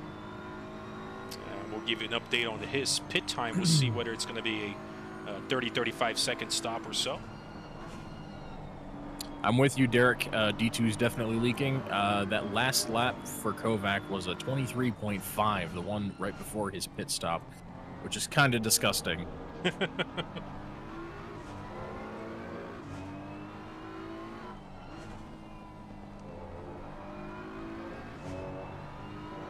kind of a big field spread at the moment. There's a pretty good battle going on here. As, by the way, Latufo and Swinney, actually, Swinney came right behind Latufo out of his pit stop, and he's got that pit out of the way. Swinney with a 35-second stop, so he did take some tires, it seems. Looks like most drivers have taken tires. Kovac, 30-second stop. So Kovac decided to stick out, and looks like will be the same set of tires for the remaining of the race. We'll see if he's able to keep them from sliding around. And you can see here, and we mentioned this earlier, behind Swinney, Dockendorf, who's the race leader. He's right behind them, and they've already pit, so this is an interesting scenario playing here right now. As he goes into pits, he wasted no time, so I don't want to be held back for these drivers. And although, by the way, worth mentioning here, Latufo, it looks like he has a little bit of damage on the front end, by the way, and on the side, but it doesn't seem to be affecting him as much. Yeah, it might be from that incident earlier with Charles that he was fortunately a part of. And if you weren't disgusted enough already, the only driver with a flat 30-second stop is, of course, Kovac. That is just next level. He is not kidding around. A couple of drivers with 32-second stop to see Gardner. Got a 31 out of Sutherland. Sutherland with a 31. Very good stop as well. Yeah. So this is where things are starting to get a little bit mixed up again. Even though the pit window is this long, drivers choosing to maybe take a half load of fuel. You can see drivers pitting a lot earlier than you normally see on our standard events when it's just a liter of fuel. A couple of drivers waiting until the last minute to do so. So yeah, most of these drivers are going to elect to pretty much split the race in half, plus or minus. You saw some of the AMGs come in early around the 35-minute mark. Now we see most of the rest of the field is going to wrap up their stops right around the 25-minute mark. So about a 10-minute window there. Pretty much everyone's going to try to split the tires right in half so they have equal pace first and second half. This is where we're going to find out how much of a pace some drivers who did not take tires, how much their pace could drop, and others start to come up on them. But Nico Suave, but P1 provisional right now, the only driver still out there on the track. He's got a 15-second lead over Kovac. However, he does have that 25 minimal second stop to go through. But again, Kovac came out on what you would say a P1 for now, and Dockendorf P2 and Schlitz Lloyd's order has been practically the same. And you can see here as Riggs, Dudley, and Garner once again, after their pit stops have been completed, they're back at it.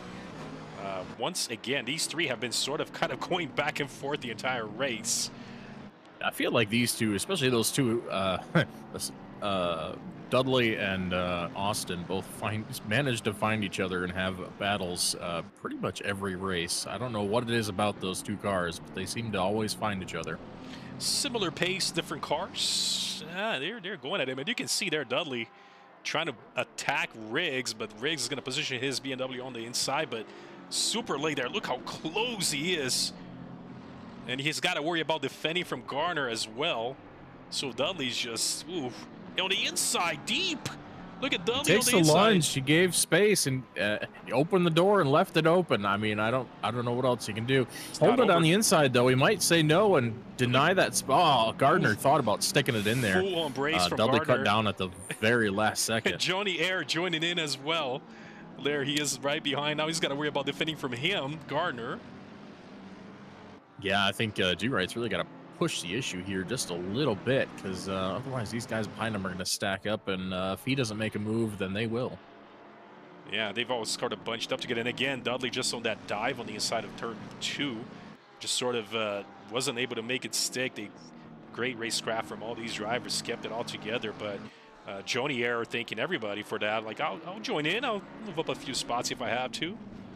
I really do like the way Gardner handled that situation, though. If I'm him, I'm going to wait until these two get into it and make a move and just take the opening when I see it. But really, there wasn't much of an opening there because Dudley just sent it in and made it stick. There wasn't much of a battle there at all. It almost gets in the back of GB3 there. Now he's going to fall in the clutches. Or Riggs, sorry. Oh, wow. You saw Riggs actually went wide on Sheen, able to keep it together, but led Dudley through.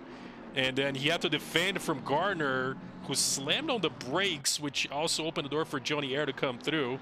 And Joni Air also on the brakes, basically full loaded on the brakes. Oh, my God. What a battle going on here for these four.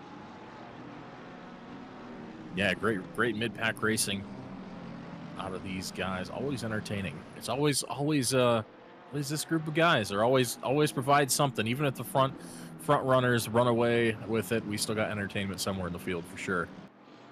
And Gardner, by the way, started P7, still P7, holding on together. I mean, he might be a little bit upset though. He could have maybe moved the spot here and there, but Dudley just forcing Riggs into a mistake and kind of cleared him a little bit. But wow, this has been some close driving here at Brands Hatch between these guys.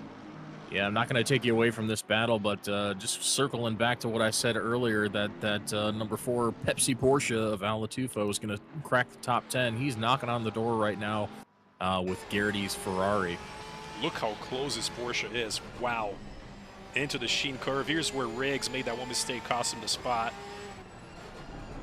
He's trying to maybe attempt to throw Garrity off. Garrity's just not being faced at all. What a race from Latufo so far. I mean, he's moved up P23 to P11. What an absolute beast so far he is. He's coming in close for that turn 1. Garrity on the outside says not here. Maybe go take the inside here on turn 2. But Garrity keeps it together. And with that all being going on, look who's coming through there in the back. We see Maxi Poe and Sweeney as well joining in for this battle. So 2 battles going on, major battles going on at the race with 20 minutes to go, and we'll see if these drivers who did not take any tires are going to be able to hold on.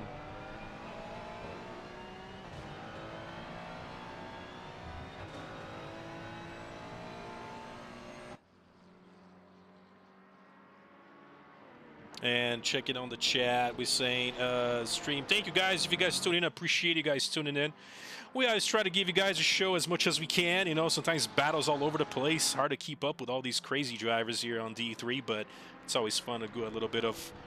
It's always fun to watch these guys race. We're got quite familiar with them and their racing style and how they've, Adam pointed out, quite a few of them are close to each other every race. You see Dudley and Gardner always seem to be bunched up together and putting in a show for you guys. So, and I was gonna say, Max, I just saw your post on the chat. I mean, I hadn't pointed out your name here, but you were on the race earlier. We're not sure exactly what happened. Your car just disappeared. I'm not sure if you were involved in that incident where Charles had a technical issue, and unfortunately he went straight here, as you can see, Garrity, right about this spot. His race ended, and unfortunate with other drivers as well.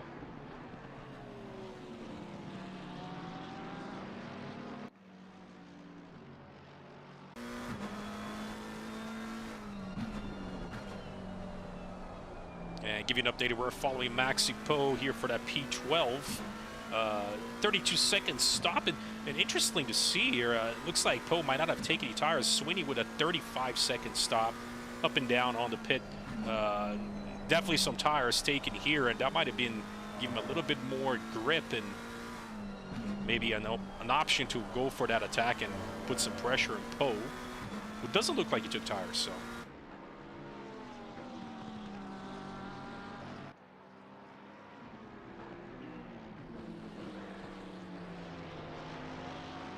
And Dick saying you got killed. Oh, man. You know, the major incident I saw was that turn 2 incident where a couple of drivers, again, we saw Charles' wheel basically a disconnect and freezing and all that stuff created an issue for a few drivers coming down that turn 2. So I'm not sure if you were one of those. We did see a few drivers get involved on there, so.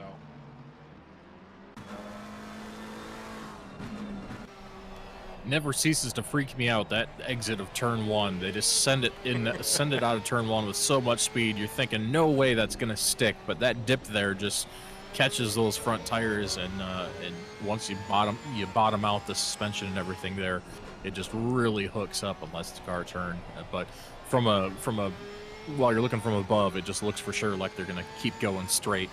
If you can't see that incline and how those cars are gonna react, it is really a bit frightening. You think they're going to just go careening off, but every time it just sticks. You got to just trust the car gets the grip. If not, you know where you go. We saw what happened to GB3 earlier. He's got a little bit of, looks like his left, maybe front left tire or so dipped into the dirt, and he ended up spinning there. So. And Dick saying, yep, I understand. We saw it. Adam was able to pull the replay a little bit earlier on the stream. We just saw you know, the wheel disconnect, and just it looks like Charles Strider did get on the brakes as much as he could, but his car ended up parked like directly in the middle of the track, and I believe Stack was also involved on that. And you know, technical issues at times, and it's unfortunate. It happens.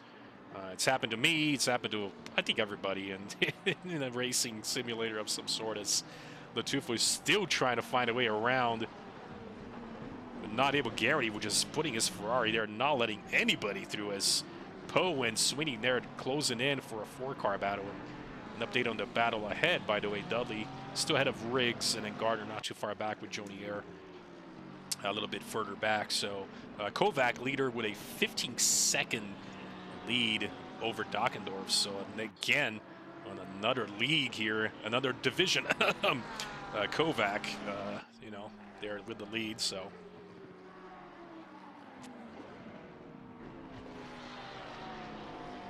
Latufa's been doing a great job. Oh, we see Marvin there off track. He is currently in the rear, but was able to keep it out of trouble for any other drivers coming through, but backing out of there he goes on the picture-in-picture. Interesting. See that happen. That was interesting. Back on track he goes. And I'm going to switch back a little bit further. If we were with Wagner, looks like Wagner had have gone off a little bit, now under attack from GB3, a battle of front engine cars, and not too far ahead we have Lee. And again, Wagner started from the pits. I did speak to him after on practice race on Monday. He had some odd issue at the start of the race. His game ended up crashing, and that might have been an issue here again from qualifying over to race status. So. But he's trying to work his way up as much as he can, as GB3 is kind of go on the inside. Backs off. Wagner closes that door. Yeah, GB3 going to show the nose there. Going to try to play some mind games. I don't think it's quite going to work on Wagner. Oh, as we see a spin right in front of him, that's Lee. Let's take a look at the replay. Did he tap his tires on the outside a little too much? Let's see. Let's take a look on the passenger view here. Oh, his line went. Oh, that was the inside. Inside curb and just oof, off he goes. Not damage, which is good. He was just able to keep it away from the wall. They gave the position to Sutherland as well. And we're going to switch this. You know, Latufo is just on a absolute tear. He's, you know, he is not happy trying to find a way around the Ferrari. It looks like he might be at a little better pace than Garrity does. But again, pit strategies and all that, and the fact that he started last on the field, you know, is just playing to look at that pull on that Porsche out of that turn, but he's just not able to. He goes wide into turn one here, not able to stick on the inside apex, but gladly for him, Poe and Swinney back there a little too far out from any attack.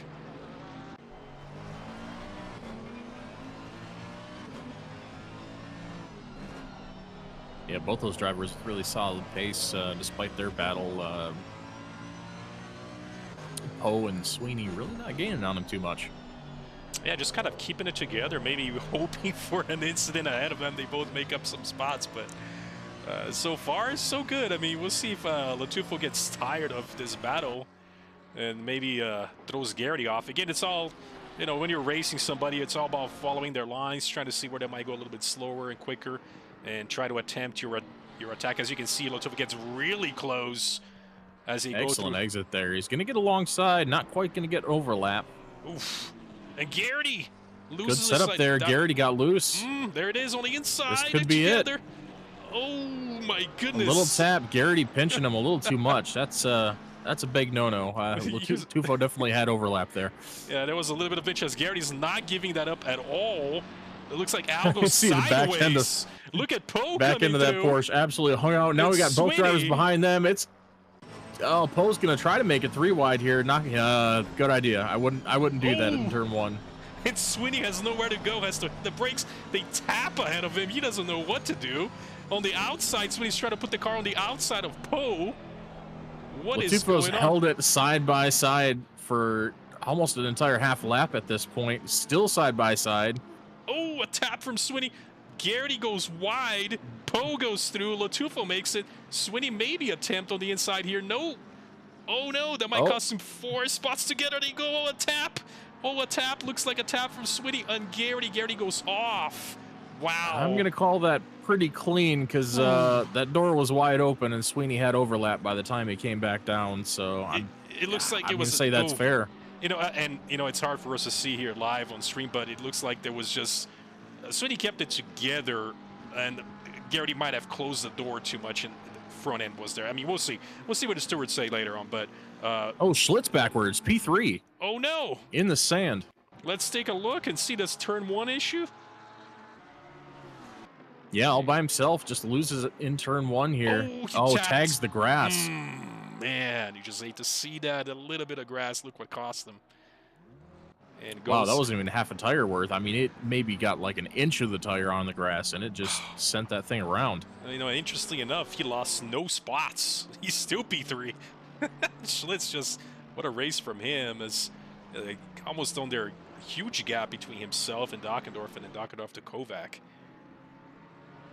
But man, that was some interesting battle going on there. Back there with, we had Swinney, Latufo, Poe, and Garrity end up getting the worst of it at the end on the turn. We'll see what the stewards say. It looked like it was a clean, just, it's unfortunate. His car just tapped him a bit and the rear got lost. And yeah, we'll leave the final decision up to them, but it definitely just looked like a racing incident from my perspective. Yeah, and we see things live, folks. You guys can tell us if you rewind the stream a little bit, let us know what you guys think. But yeah, I mean, from our perspective in live, it just looked like it was just an unfortunate incident. So, and by the way, just under 10 minutes left finally here at Brands Hatch. But what a race he has been with this, you know, maybe different pit strategies, taking tires or not. I see some folks getting loose. But what a race as Gardner is under attack from Joni Eric. Riggs have opened up a little bit of a gap between these, and Dudley has kind of also opened up a little bit as well. So Gardner comfortable with that P7 now is where he started. And you can see here Latufo crossing the line for another lap, 36 laps in. You know, Maxi Poe is kind of still hanging out there. I mean, I know Al has had some great pace, but man. Yeah, looking at Max in the chat, giving Lloyd a shout out. Definitely a great race for Lloyd. Just been silently doing what he needs to do, keeping it clean, not sticking the car anywhere it shouldn't be. Running 1.5 seconds behind Schlitz right now, who is a whole lot closer after that, after backing it into the sand. Yeah, I would say Schlitz might be a little bit thankful that his tires went into the dirt for that slide, and from what my understanding is, if it's on the track as he goes wide here, Schlitz having some issues, maybe still having to cool off his tires after that slide and giving Lloyd room to catch up. So it's going to be interesting. Still 8 minutes left. Yeah, Andre might smell blood in the water too. I'm sure he's going to pick up the pace a little bit. He sees another potential spot and a chance at a podium. Yeah, he's closing in. Look at that lap. He's Schlitz with a 25.4. Lloyd almost a second faster. Lloyd smelling that P3 for podium here. And Schlitz now having to worry about defending maybe for the next few minutes. And not too far back, Dudley as well. You got to keep in mind he's about 4 seconds behind. And switching back here, where's Sweeney? Again, Suave, by the way, coming through really fast. 24.165. Fastest lap for Suave on the race, for his race. Again, closing very quickly, Sweeney, as they go into the inside of turn 2.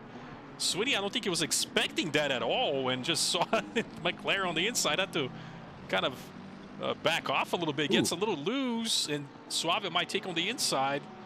And Sweeney just kind of says, turns on his lights, maybe giving him said, I think you can go, he said at this point. He didn't want any of that. So Suave makes the move and gets in front, gets that P12. And now he's not letting that go that easy. He's still very close there for Suave. Suave just kind of keeping his line, and as they're going to go through Dingle Dells and Sheen Curve coming through soon. You can see how close that's there. They're trying to force a mistake on Suave. Suave keeps it together. You know what I'm surprised at? I'm very surprised that our man Andrew didn't go with the Jingle Bells spin on the Dingle Dells name for this week's cold open. That's a little bit surprising. Yeah, we'll have to talk to him about that. Although it was very good, as always. It's always great. I was cracking up on that intro. He comes up with the greatest ideas. Yeah, look at our budget. We have Bond cameos in our cold opens. I mean, we have it's history from Senna you. and Prost on Suzuka. I mean, he's got the best stories to tell us.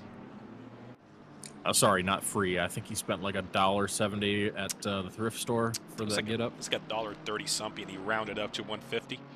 We'll see that. We'll put it on the SRA tab. Yeah, we'll give it to them.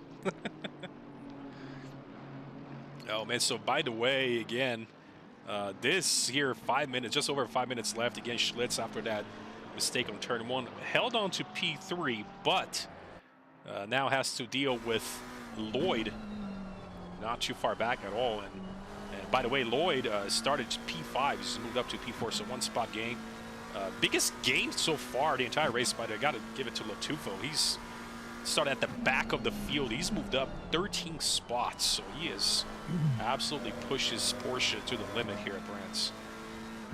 Yeah, for all the times I've cursed drivers from the commentary booth. Oh, as big wide exit for turn 1 for Schlitz there is going to allow Lloyd to close right up on the back of that. I think Schlitz is having some tire trouble here. I think he might be having some tire. By the way, Schlitz looks like he did not take tires, and Lloyd has taken tires based on what we see here for pit time. So this might come into play at the end of the race. No, So he's caught him, but yeah. passing him is a whole different story, as Yeah. we've seen time and time again. Again, with tires that might be a little bit shredded, not changing tires, Schlitz might be having some issues. It's going to be a little bit tough and maybe force Schlitz into a mistake.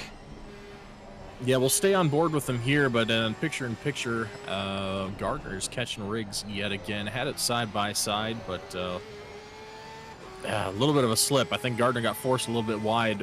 Riggs is absolutely hanging the back of that BMW out nearly every corner now. We're seeing the tires for a lot of drivers starting to suffer towards the end of this. For sure. He is not happy there at the front. You know, he may be counting on those tires to last the whole time, but not with a slide onto turn. You can see here how close Lloyd gets. And picture-in-picture shows the other battle going on, not too further back. Schlitz deep on the brakes. I've seen him take a little different line for turn 2 here. Usually goes very deep on the brakes, almost like a V pattern going through. And Lloyd's just more like that standard round around the hairpin. As Lloyd trying to offset. Schlitz here for another attempt, but then Schlitz holding on.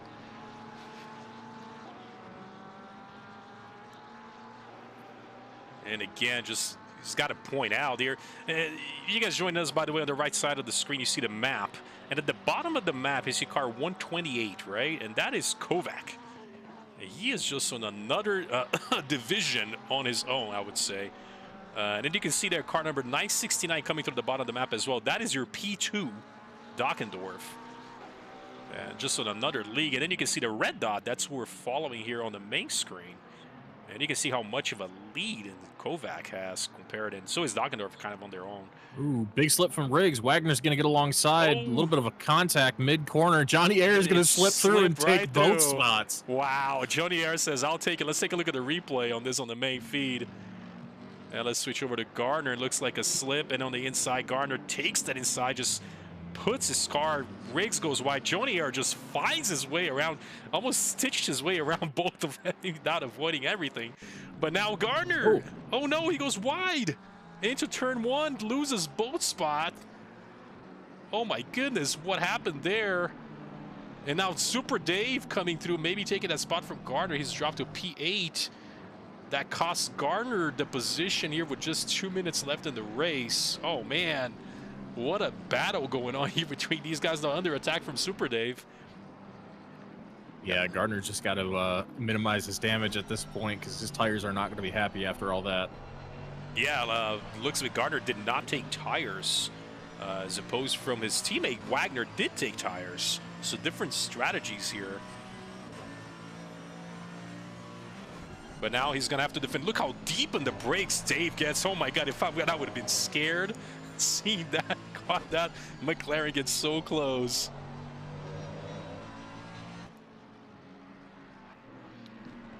And we have Dan Kranz saying, reel it in, Gardner, my fantasy points at risk. Oh, Super Dave gets loose on Sheen, but able to keep it together. Wow. That was a super save Dave, from Super by the Dave. way, yeah, he did not take tires either, so we know how that must be feeling. So, and we see somebody in the pits ahead of him. And who's that driving a Super Dave on Riggs in the pits? That's Riggs. Why is he in the pits after maybe a little bit of an issue? Maybe fuel? You think he might be out of fuel? Oh, that's a good point. Oh no. A lot of these drivers split the fuel. If he didn't get enough in, he might be short. Oh no, and Riggs with just 1 lap left basically. And you can see here at 2 laps to go from the looks of it as Kovac is going to start the last lap soon, but that gives a position back to Gardner. Gardner back in P7. Johnny Ayer benefits from everything, jumps up to P6. So, Dan, you just said something, and did you just send Riggs to the pits, or what happened, man? That's interesting. Kovac starts the final lap here at Brands with a decent lead of 15 seconds over Dockendorf P2. Yeah, Dan just manifested another spot for Gardner just like that. Your fantasy points are saved. Man, Riggs dropped all the way down to P19, so that may be in a fuel situation with Riggs.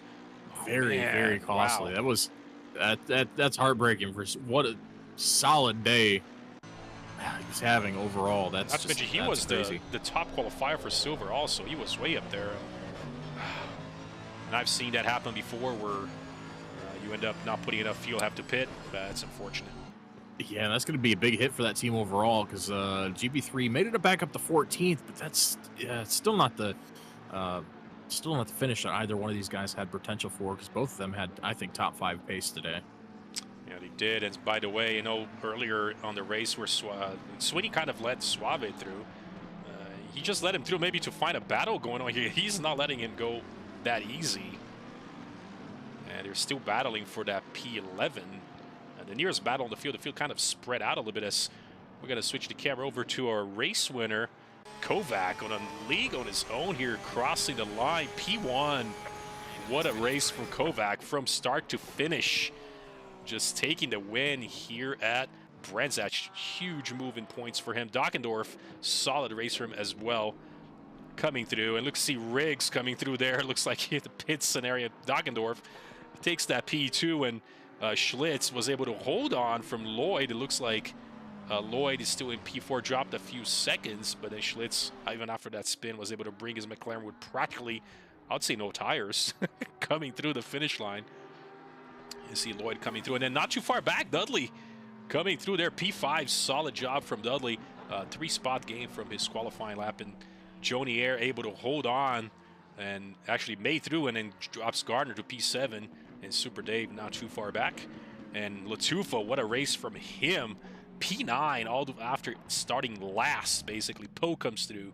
Suave and Sweeney comes through. And drivers coming through after that. We see Wagner and also GB3 coming through as well.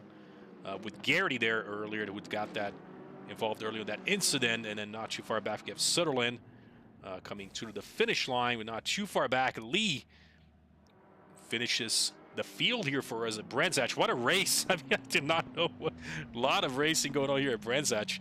That was entertaining. I hope you guys enjoyed there on our stream. We're gonna bring in some interviews. We're gonna see if we can bring Kovac again. I mean, he has a heck of a race in Suzuka. Try to get how he's raced. I'm just sure it was maybe a little too boring for him. He just kind of sailed into the sunrise, like Adam mentioned earlier.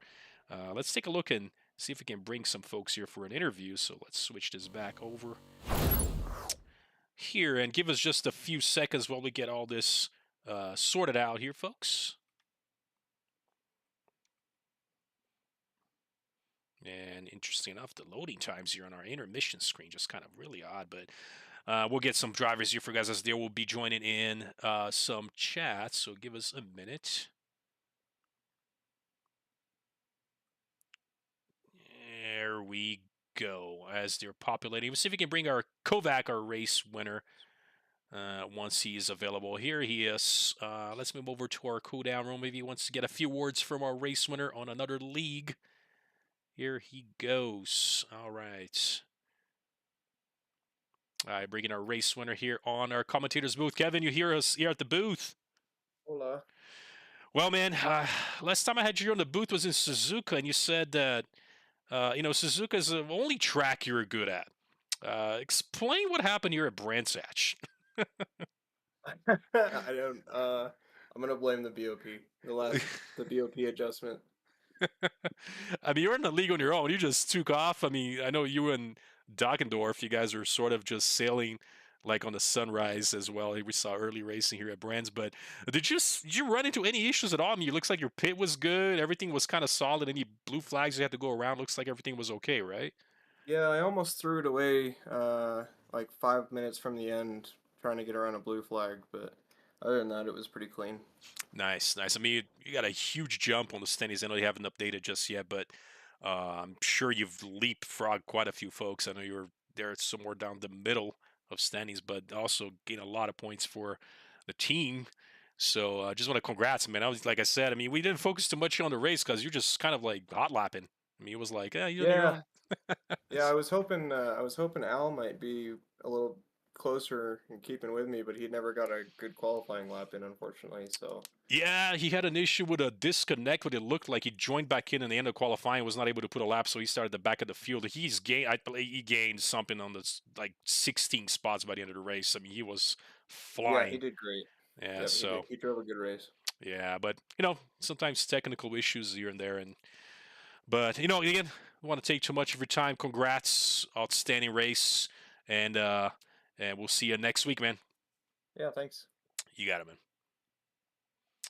Alrighty, that's your race winner, Kevin Kovac, league on his own. Let's see if we can bring in. I know I see Schlitz. Let's talk to him a little bit. He was our P3 under attack from Lloyd there towards the end. Let's bring him over. Adam, I'll have you ask him a few questions once he's in here. Here we go. All right. Josh Schlitz, Adam and Raph in the booth. You got us? What's going on, fellas? Well, a whole lot of entertainment on our end, especially toward the end there. Got a little bit spicy for you. What happened there going to turn one? I fell asleep. My my left rear tire touched the grass, and yeah, it was kind of a bonehead move. But I'm guessing Lloyd might have made a mistake in the pits or something. But yeah, I don't really deserve this podium, but hey, I'll take it. Yeah, absolutely not quite sure what happened there, but good to see. I mean, we're competitive from the drop. We were you were pretty aggro at the beginning, and we kept telling everybody you needed to be pretty aggressive from the beginning because you couldn't afford to lose spots because getting those back was next to impossible. Passing here is just absolutely at a premium. Not that you really had to worry about that with the two drivers in front of you just sailing off, untouchable, but overall, it was a great race, and just want to congratulate you on doing what you had to do. Even though I almost threw it away, you still gathered it back up, got it back on track quick, and saved the day for yourself. Yeah, other than that, it was a good race. Bobby was very consistent. I was on his tail in the first little bit of the race there, but I kind of gave up a position to Gordon. I was trying to do a cutback on Bobby when he kind of made a mishap before that last turn, but I ended up giving up a position. But yeah, it was a good race overall. I'll take it. Yeah, congrats. So we'll go ahead and put you back on the other channel here and grab our next interviewer. Thanks for taking the time. Congrats on that P3, man. That was killer. Absolutely. Thank you. Have a good one. Hi, you too, man. There, I got him, Adam. Here we go. Was able to put him back on. Here, let's take a look and see who else to want to bring in. I was hoping to bring in our P2 Bobby, but he's doing some looks like stewarding racing events there at the end of the race for the other drivers to see. Let's take a look, and who else could we bring? And we have I'll bring in Nico. I know he was a little bit of a battle there. Let's find out exactly what happened between himself and Sweeney there, as they traded spots, and then Sweeney was on still on him towards the end of the race. Let's bring him over. You got a little bit of on his side of the story how that went down. So here we go. Nico, here is at the commentator's booth. Oh, hey, what's up? We brought you in now. Just want to try to find some folks, give some interview. Just a little bit of a battle going on there between you and Sweeney at there towards the end of the race. Notice Sweeney had slowed down. You took over, and then Sweeney was following you pretty closely there towards the end. And you talk to us a little bit of what happened. Was it maybe an incident earlier, or just something like you guys were just battling on the track? No, I was behind them from the start. So Sweeney and Poe, and I just qualifying kind of put me back quite a bit. I actually set a faster lap time during the race than I did during qualification. So that's a little disappointing, but was just riding behind those guys a lot. And I ended up going a little too long. I think I went like almost a 40-minute stint before pitting for tires, and lost a lot of time to those. Yeah, I noticed that. So I think that probably cost me some time, and then I stopped short in the box. So it happens, but at least I was able to get this single overtake at the end, but I just could not catch Poe. Yeah, did you end up taking tires, you said, or you end up going for the same set? Oh, I did tires. There was too much of a drop off for me, so. Yeah, we were trying to play this game of who took tires, who didn't. Some drivers that got loose. I believe Schlitz, we just had an interview with him earlier. He was getting super slidey there towards the end, and then Lloyd was P4, was trying to catch up to him, but he still took that podium. But it was just you still got a pretty good finish. I mean, you got a pretty good amount of points. It's not exactly like they're towards at the top, but you still bring him some important points for the race. But Other than that, you ready for next week? By any chance? Yeah. We are actually heading.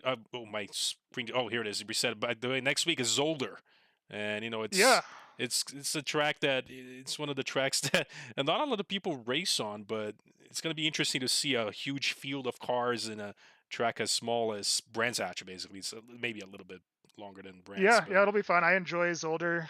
Brands is probably my least favorite track, and a little disappointed to miss out on extending my top 10 streak there by one position. He won P11. Yep. But still, it's still out there. I'm still doing pretty good. You have a drop round worst case scenario, so you're still hanging on there. So yeah, cool. All right, man. I'll put you back on the race chat, man. I appreciate you joining in. Yeah, no problem. Thanks, guys. Fair race, Nico. Yep, thanks. All righty, and we got your 3 interviews. That being said, I think we're right before we finish, I see a driver down there. I want to pull in here just real quick to get his perspective on something. Mr. Johnny Air, there you go. 78. Bring him over. Bring Mr. Air over. See what that stitching around he did at the end. Let's ask him about that. Here. All right. Let's see. Just a second. Discord will cooperate with me. Yeah, I'll bring him over. Give me a second. Yeah. I got you. Bring him over to our cool down room. They want to scare him over, and here we go.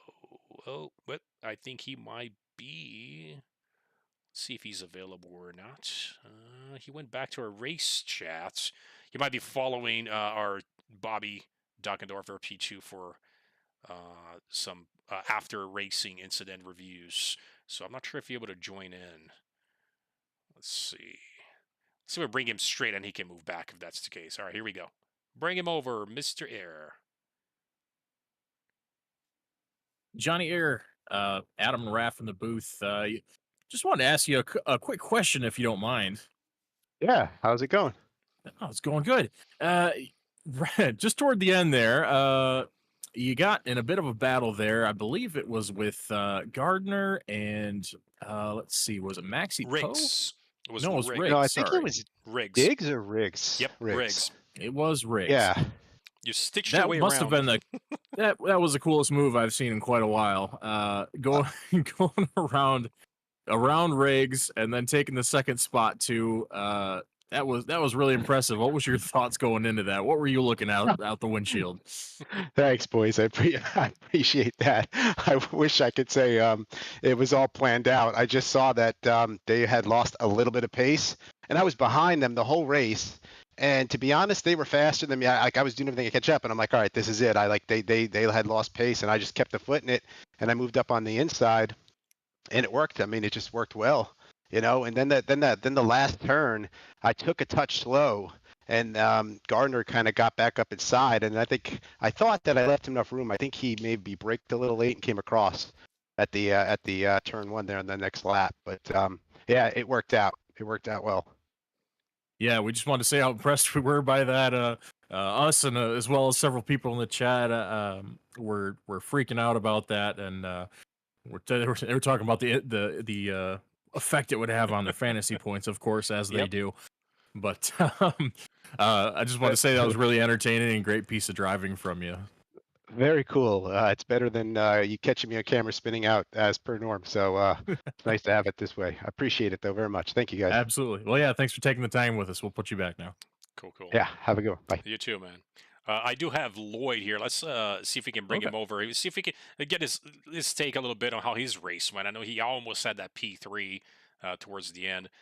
He might be able to have a little conversation. We're actually listening to Max Diggs here on the chat to bring in Mr. Lloyd. Let's see if he's able to have a conversation with us here. Let's see. All right, I'm bringing Mr. Lloyd here on the booth. I know you got your mic muted. Do you hear us by any chance? Hey. Yes, hello. Andrew, well, per request, Max Diggs on our broadcast said, talk to Andre. So we're going to talk to you. We brought you over really quick before we close out the stream. How did your race go, man? I know towards the end there with, all of a sudden you saw Schlitz kind of like closing in. Looks like you might have probably take that P3 in a few laps, but how did it go for you? Yeah, when I did my pit, I had tires in the front were overinflated. They were like about 27.3 tire pressure. So as I was trying to catch Josh when he made that mistake, I was staying with him but at the same time I was trying to correct oversteer. And then I think what happened was when I lost it, I had dirty air plus the overinflated tires, Ugh. and I just lost in that and lost all that time. And then what's the name was coming up behind me, Dudley Do Right. Dudley, yep. So I was like, I gotta keep maintaining even though I got overinflated tires. So actually, I was surprised how well I finished, and I had a decent quality, and then I think I started 4th or 5th.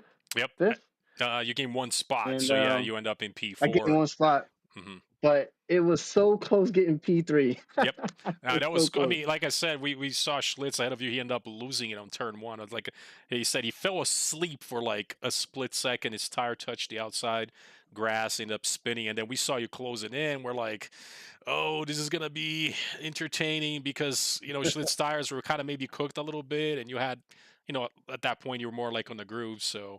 but he was able to hold on there end. But still, I mean, you had a pretty outstanding P4. I'll take that any day. So, hey, you got that right, man. That was intense, and it was a great finish. Awesome, man. Adam, you got anything for Andre? Yeah, I mean, not too much. Was just right before Schlitz had his bit of a moment. We were just commentating how good of a day you were having. Actually, a solid qualifying effort, and you were just doing everything you needed to do, being consistent, putting in the lap times you needed to, and then the door opened to push a little harder and maybe go for that podium spot. Did you smell a little bit of blood in the water? You just start pushing just a little bit harder once you saw that? Yes, I did. I was pushing harder, and I was like, I don't care about my overinflated tires in the front. I'm gonna just keep push to get closer and closer. I was on the back of Josh, but couldn't finish. But yeah, I'll take P4. Yeah, absolutely. I mean, stellar day, man. It was great watching you. Yep. And Max, man, thanks for the shout out, Max, my teammate, and we'll hopefully be back next week. Absolutely. We'll be looking for you at Zolder, and hopefully we can have a repeat and maybe improve on this result. How you feeling about your chances? Zolder, is that a good track? I'm feeling good. I'm feeling real good. Zolder is a good track for the Porsche. Yep, I was going to say that is probably a pretty good track for the Porsche to handle. You get qualifying up there on the top, and you should be pretty good. And obviously Max is quick as you as well, so you guys should be pretty good. Absolutely. I know he had an unfortunate incident. He was caught on a technical issue with another drive, which wasn't his fault. It was just a whole mess. But at least you got a drop round. It's all right. You get that and move on. So cool.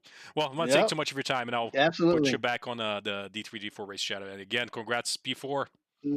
Yeah, thanks, Andre. All right, thank you. Woo. All right, let me go take a shower. You got it. All right, that was Andre. Yeah, I can only imagine. That's got to be a sweaty race for all of them. I think Brands is just such a physical track. Yeah, everybody needs a shower at this point. I need a shower. I was just broadcasting. Jeez.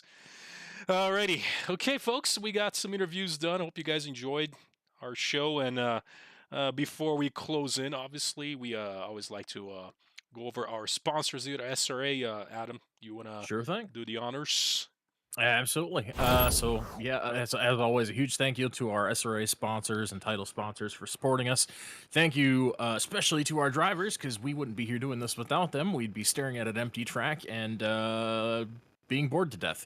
So thank you to everyone, and I know a lot of the drivers are also sponsors and title sponsors. So thank you for pulling double duty for entertainment and also backing up everything we do here. And of course, thanks to Documise. They are a modern business solution for product management. Go to documise.com to learn more about them today. And we also get awesome support from Retro Saga. They're a North American-based gaming company that provides accessories for your favorite classic systems, including Nintendo, Sega, PlayStation, and much more. And I had a bit of trip down memory lane, and I bet they have accessories for it. The old Sega handheld, I forget what it was called, but I had one as a kid. Yeah, and we're kind of seeing a resurgence of that with the Stream Deck, the ROG Ally, and all those. So I kind of had a bit of a flashback moment this week when one of my friends showed me his Ally. I'm like, man, that makes me want to go back and play Sega again. Yep. Old Game Gear I used to play Steam constantly. Yeah, I love those old systems. They were just so awesome, and it's kind of coming back full circle because you got all these handhelds. You can actually go back and play a lot of those same games. again. But anyway, I get off topic. But if you want accessories for systems like that, go check out Retro Saga at retrosaga.ca. And of course, a big thank you to our affiliates, those being Track Racer. Experience redefined gaming with Track Racer's high-quality sim rigs and accessories. Use our code SRATE at checkout to support us. And Armamentario, they are a toolbox for ACC that will enhance your chance to win. Enjoy a fully customizable and enhanced HUD to change the way you experience ACC. And of course, finally, to Go Setups. They have premium esports setups for everyone, and they're used by quite a few people here at SRA. So those really speedy people you see on track, guess what? They probably got Go Setups under the hood. Use our affiliate link on our Discord and take your drive to the next level. And of course, as always, I gotta mention our Discord. If you're not part of this Discord, what are you doing with your life? Get in here. If you are at all interested in sim racing, in ACC whatsoever, I would recommend you get in here and give it a go, because we got 7 divisions of all different talent levels. We see, and you can see it all across all the different streams on Tuesday and Wednesday nights on full display, and we try to broadcast as many of those as we can, but there's always good competition for everybody. So if you want to get in on the action, head down to the description below this stream and check out that Discord link. All sorts of stuff. You can, pick the brains of all these drivers. These fast people are usually really willing to share information and help out their fellow drivers. It's a bit of a family in here, and we love to have you in it. So, yeah, that does it for all our supporters and sponsors. As Raph mentioned, next week is Zolder right back here on YouTube. That'll be round 6, so we'll be over the halfway mark for the season and headed downhill toward the end of the season. And maybe with some different people in the booth, because I believe you are off for the next few weeks, Raph. Is that correct? Yes, unfortunately, I will not be here, but I would. As much as a time difference I will have, I'll still try to tune in, at least cheer in on the stream as I try to join in the chat and still try to watch and have some fun. Again, things come up and I won't be here for about a month. But still looking forward to see the races and see how the season ends. Next week, again, Zolder, and the following week is Laguna Seca on the 20th, I believe. And then there's a week break, by the way, in the Christmas break, and then we are back for the finale with Mount Panorama, Bathurst, January 3rd. So be sure to tune that in. What a finale wait. track. I gotta see that. I have to make my schedule work to see that, watch that race. So it's gonna be nice to see. We'll see what these guys are gonna be bringing here to the table at Division 3. I was trying, before I let you guys go, I was trying to see if I could pull in the updated standings again, because of the shuffling around again. Things change every week, but it looks like Dockendorf, with that great result of his P2, has taken the lead, 366 points, by the way. And Kovac, with a second win, has actually jumped up to P2, and he's 28 points behind Bobby. And then Wagner, who had that issue at the start, started from the pits, basically dropped to P3, 331 points. Team-wise, though, THR Salty with Nick Wagner and Austin Gardner still won the lead, about 60-point difference from P2, who is Al Latufo and Kevin Kovac were making a big run here towards the end of Season 9. That gap's getting smaller, I tell you what. Yep. They have a heck of a race here, and if Al hadn't had that issue in qualifying, might have been even quite different.